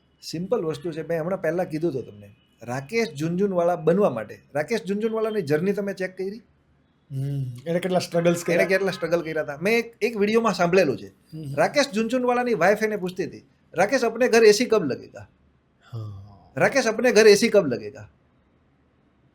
હવે આપણે સેટઅપ ચાલુ કર્યા પહેલા 5 ટનનું એસી ઇન્સ્ટોલ કરાવી દીધું છે કે હજી ઓફિસમાં કમ્પ્યુટર આવે પેલા એસી પહેલા જોશે, એસી વગર નહીં થાય. અને પાછું આપણે એમ કહેશું કે એસી હોય ને તો આમ પીસફુલ વાતાવરણ રહે, આપણે ડિસિઝનમાં સારું રહે. ડિસિઝનમાં કંઈ સારું નથી. તમે આવ્યા પહેલા ખર્ચો ચાલુ કર્યો છે. એટલે રાકેશ ઝુંઝુનવાલા આપણે નહીં બની શકાય. આપણે નહીં બની શકીએ. રાકેશ ઝુંઝુનવાલા બનવા માટે એ માઇન્ડસેટ પણ ડેવલપ માઇન્ડસેટ જોઈએ. એ જો મેં તમને કીધું ને, સક્સેસ માણસને બધા જોવે છે, એનું સ્ટ્રગલ તમે જો. અને કદાચ મને ખબર નથી કે બહુ સારી એવું પૈસા કમાણા હતા. અને રાકેશ ઝુંઝુનવાળાએ તે દિવસે રાત્રે એની વાઈફને કીધું હતું, રેખા આજ અપને ઘર એસી લગ જાયેગા.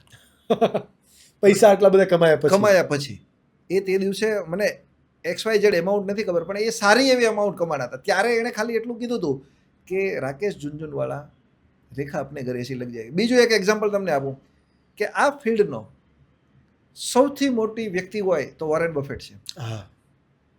વોરેન બફેટની લાઈફસ્ટાઈલ તમે જીવી શકો છો? એ જ જૂના ઘરમાં રહેવાનું, સવારે મેગી ખાવાનું, જૂની કાર, એક જ કારમાં પોતે ડ્રાઈવર વગર ચલાવવાનું. એ શક્ય છે તો તમે બની શકો છો. બાકી બધા લોકો બધી બોલી શકીએ છે પણ એ કરી નથી શકતા. એટલે આપણે એ કેટેગરીમાં નહીં આવવી. અને આ ઇન્ટેન્શન આપણા પોડકાસ્ટનો એ વ્યક્તિ જેવા આપણે છીએ એવું સાબિત કરવાનો પણ નથી. નથી. જસ્ટ ધ ઇન્ટેન્શન કે જે લોકો સ્ટાર્ટ કરવા માંગે છે એ લોકોને ખબર પડે કે ભાઈ મારે ક્યાં મારે અટકવાનું છે હા. અને મારે શું કેર કરવાની છે. બસ. રાઈટ. અત્યારે સપોઝ કે તમે સ્ટોક માર્કેટની અંદર ઇન્વેસ્ટમેન્ટ કરો છો, બરાબર, તમે બિઝનેસમાં છો. હા. સપોઝ કે તમારે કોઈ સ્ટોક માર્કેટ સિવાય ઇન્વેસ્ટમેન્ટ કરવાનું થયું હોય તમારી વેલ્થનું 100%, તો તમે કયા સેક્ટરની હું અંદર નહીં કરો? કરું બીજે કશે. નહીં કરવાનું થયું હોય તો પણ હું તમને ટુ બી ઓનેસ્ટલી કહું, આટલી સારી ઓપોર્ચ્યુનિટી તો બીજે શું કામ કરવું જોઈએ? આ તો એક એવી વાત છે કે જાણી જોઈને ભૂલ કરવાની વાત છે. સો ઇટ હું મીન્સ કે industry ને- ફર્સ્ટ પ્રાયોરિટી હા, સ્ટોક first માર્કેટને priority. આપો. મને મારી લાઈફના છેલ્લા શબ્દ હોય કે મને ઇન્વેસ્ટમેન્ટ કરવાનો ઓપ્શન આપો તો હું એમ કે સ્ટોક માર્કેટ. કઈ રીતે કરવાનો છે મને નથી ખબર પડતી એટલે હું નહીં કહું, પણ સ્ટોક માર્કેટમાં ઇન્વેસ્ટમેન્ટ કરવું જોઈએ. આપણે પોડકાસ્ટની શરૂઆતમાં વાત કરી કે ભાઈ સ્ટોક માર્કેટમાં આવતા પહેલા તમારા પાસે પૈસાની અઢળક ભૂખ હતી કે ભાઈ પૈસા છે, પૈસા જ કમાવા છે અને હા. પૈસા માટે તમે ગમે ઈ કરવા માટે રેડી હતા. અને અત્યારે બધું જે છે તમે જે માંગ્યું હતું એ 18 વર્ષની જર્ની પછી તમને મળ્યું છે. ઇલન મસ્કનું મેં હમણાં રિસેન્ટલી એક ટ્વીટ જોયું હતું કે ભાઈ જો એ માણસ એ હદે જઈને એમ કહે છે કે ભાઈ પૈસાથી તમે ખુશીઓ નહીં ખરીદી શકો. પરફેક્ટ છે. રાઈટ. તમે શું બિલીવ કરો છો, ખરીદી શકાય? એ શબ્દની સાથે હું 100% સહેમત છું. નહીં ખુશી નહીં ખરીદી શકાય. અને હું મારી લાઈફમાં એક વસ્તુ બહુ સારી રીતે સમજી ગયો છું કે જે 18 વર્ષની જર્ની પછી મને ફીલ થયું કે તે સમયે મેં કોઈ શોર્ટકટ નહીં કરી અને હું સ્ટ્રગલ પાછળ ભાગ્યો અને સ્ટ્રગલ કરતો રહ્યો અને આજે રિઝલ્ટ આવે છે ને મને જે ફીલ થાય છે ને એ નહીં થાય. બાકી ખુશી કોઈ ક્યાં છે, ખુશી- પૈસામાં કે રિઝલ્ટ? રિઝલ્ટમાં ખુશી તમારે જોતી હોય ને તો તમે વર્લ્ડનો કોઈ બી ધંધો કરો, એને છે ને તમે એની સાથે લાગ્યા રહ્યો, તમને હા. ઓટોમેટિક ખુશી આવી જશે. પૈસા તો છે ને, માણસો એમ કહે છે કે પૈસા નથી તો ભાઈ તમે આ બધું શું કામ કરો? પૈસા વગર ચાલે પણ નહીં. પણ પૈસા પાછળ એટલા પણ ન ગાંડા થઈ જાઓ કે તમે છે ને તમારી લાઈફ ભૂલી જાઓ. પૈસા છે ને એક જીવનનો વ્યવહાર ટકાવવા માટેની એક આપલે કરવાની વસ્તુ છે. એને તમે જીવનનો બનાવો. તમે પૈસા કમાવો ને એની સાથે એવું પણ કરો કે સાંજે 5 મિત્રો તમારી રાહ જોતા હોય. ડેફિનેટલી. જીવન એ છે. તમને એવું કોઈ નથી પૂછતું કે તમે સાંજે 5 મિત્રો સાથે બેસો ને તો તારું બેંક બેલેન્સ શું છે. તમે તમારા વિચારથી એટલા એક્ટિવ રહ્યો, પાવરફુલ રહ્યો કે 5 માણસો એમ કે ભાઈ આકાશભાઈ સાથે બેસી જાય ને ઈ આવે ને તો યાર હમણાં બધી મજા આવી જાય. બસ એ જ તમારા પૈસા છે. શા માટે તમે આ લગભગ 1, 2, 3 કે આ ચોથો પોડકાસ્ટ શા માટે કરો છો? હવે હું તમને કહું ને, મારું પોતાનું એવું થિંકિંગ છે હા હા. કે પૈસો છે ને એ બધે કામ નથી આવતો. તમારું નેટવર્ક છે ને એ જ તમારી નેટવર્ક છે. હું પોડકાસ્ટથી લોકોની સાથે જોડાવા માંગુ છું કે મારામાં કંઈક અધૂરું રહી જતું હોય ને તો આમાંથી કોઈ 5-25 વ્યક્તિના કોન્ટેક્ટમાં આવે ને હું મારી જે અધૂરી નીડ છે ને એ પૂરી થઈ જાય. ડેફિનેટલી. હું લોકો સાથે જોડાવા માંગુ છું. અને મને નથી ખબર કે મારું નોલેજ કોઈને કામમાં આવે છે કે નથી આવતું, પણ ક્યાંક ને ક્યાંક હું હોઈશ ને તો કોઈકને ખબર પડશે કે આ ઇન્ડસ્ટ્રી વાળો છે, તો જેથી કરીને મારો ઇન્ટ્રો નહીં આપવો પડે કે જેથી કરીને મારે કંઈક ઘટતું હશે ને એની પાસે લઈ શકું. અને આપણે તમે હમણાં વચ્ચે વાત કરી કે ઘણી વખત આંગળી ચીજાનું પૂર્ણ હોય. હા બસ આપણે કદાચ જાણતા અજાણતા એ વસ્તુના નિમિત્ત બન્યા છીએ કે જે કદાચ આજ કોઈ અટવાણેલું હશે સ્ટોક માર્કેટ. હા બરોબર છે કે ભાઈ મારે ચાલુ કરવું કે ના કરવું, કરિયર માટે વિચારતું હશે, કદાચ એને પણ જો આંગળી ચીંધવાનું પૂર્ણ, કદાચ એનો જવાબ એનો ના આવ્યો હશે હા તો પણ આપણને પૂર્ણ તો એ મળવાનું છે. આપણને બ્લેસીસ મળી જશે કે ભાઈ 2-5 વર્ષે એવું કહેશે કે ભાઈ આવી એવી એક વ્યક્તિ હતું ને એનો મેં પોડકાસ્ટ સાંભળ્યો હતો ને એમાં એને કીધું એટલે એ આપણે નહોતું તો ન કર્યું હા. અને આ કર્યું તો આ રિઝલ્ટ આવ્યું, તો કદાચ ડાયરેક્ટ ઇનડાયરેક્ટ આપણને એના બ્લેસીસ મળી શકે છે એના માટે. ડેફિનેટલી. અને સેકન્ડ ઇન્ટેન્શન તો અહીંયા ઓબ્વિયસલી એ જ હોવાનો કે જેટલું તમે વેચો એટલું તમને મળે. મળે. આપણે અહીંયા જ્ઞાન વેચ્યું છે. આ જ્ઞાન એટલા માટે આપવું છે કે હું તમને કહું ને, જ્યારે 2007માં આજથી 18 વર્ષ પહેલા પાછળ હું જાઉં ને તો મારી પાસે આ નહોતું, નોલેજ જ નહોતું. નોલેજ જ નહોતું અને કોઈ નોલેજ આપવા વાળા નહોતા. ત્યારે આટલું ડિજિટલ નહોતું. પણ હું એમ કહું છું કે જો તે દિવસે મને પાસે આ મળ્યું હોત ને તો આટલું સ્ટ્રગલ મારે ન કરવું પડે. અને કદાચ જેટલા લોકો આ જોશે એને કદાચ આ સ્ટ્રગલ તમે ઓછો કરી દેશો. ઓછો કરી દેશું. એટલે આપણે ક્યાંક એવી ટ્રાય કરીએ છીએ કે કોઈકને રસ્તો થતો હોય તો એમાં આપણે કાંઈ કાંટા ન બની, પણ આપણે કહી શકીએ કે આગળ એક કાંટો છે, ધ્યાન રાખીને પગ મૂકજે. શૈલેષભાઈ, આ પોડકાસ્ટ માટે તમે ટાઈમ આપ્યો અને જે પોડકાસ્ટ હું ક્યારેય કરવાનું જ નહોતો વિચારતો ને એ મેં પોડકાસ્ટ કર્યો અને તમારી સાથે કર્યો. ઇટ્સ માય ગ્રેટિટ્યુડ ને માય પ્લેઝર કે તમે રાઇટ ડિરેક્શન માટે તમે તમારો ટાઈમ આપ્યો એ બદલ ખૂબ ખૂબ તમારો આભાર. Thank you. અને જો તમે એવી એક્સપેક્ટેશન કરતા હોય કે ભાઈ કયો અત્યારે સ્ટોક ટ્રેન્ડમાં ચાલે છે, શું નવું ચાલવાનું છે, તો આ બધી બાબતની ચર્ચા મેં એટલા માટે નથી કરી કારણ કે આ પોડકાસ્ટ 4 મહિના પછી પણ જોવાશે, વર્ષ પછી પણ જોવાશે, તો ત્યારે એ વસ્તુ ટ્રેન્ડમાં નહીં હોય. એના માટે તમારે શૈલેષભાઈને ફોલો કરવા પડશે એમનું યુટ્યુબ ચેનલ અને ઇન્સ્ટાગ્રામ ચેનલ પરથી. તો પ્લીઝ એમને ફોલો કરી દેજો અને આવા જ તમારા કરિયર અને તમારી ગ્રોથ માટે જો કોઈ પણ પોડકાસ્ટ સાંભળવા હોય તો અમારી ચેનલ પણ સબસ્ક્રાઈબ કરી દેજો. મળીએ નેક્સ્ટ એપિસોડ સુધી. ત્યાં સુધી જય હિન્દ.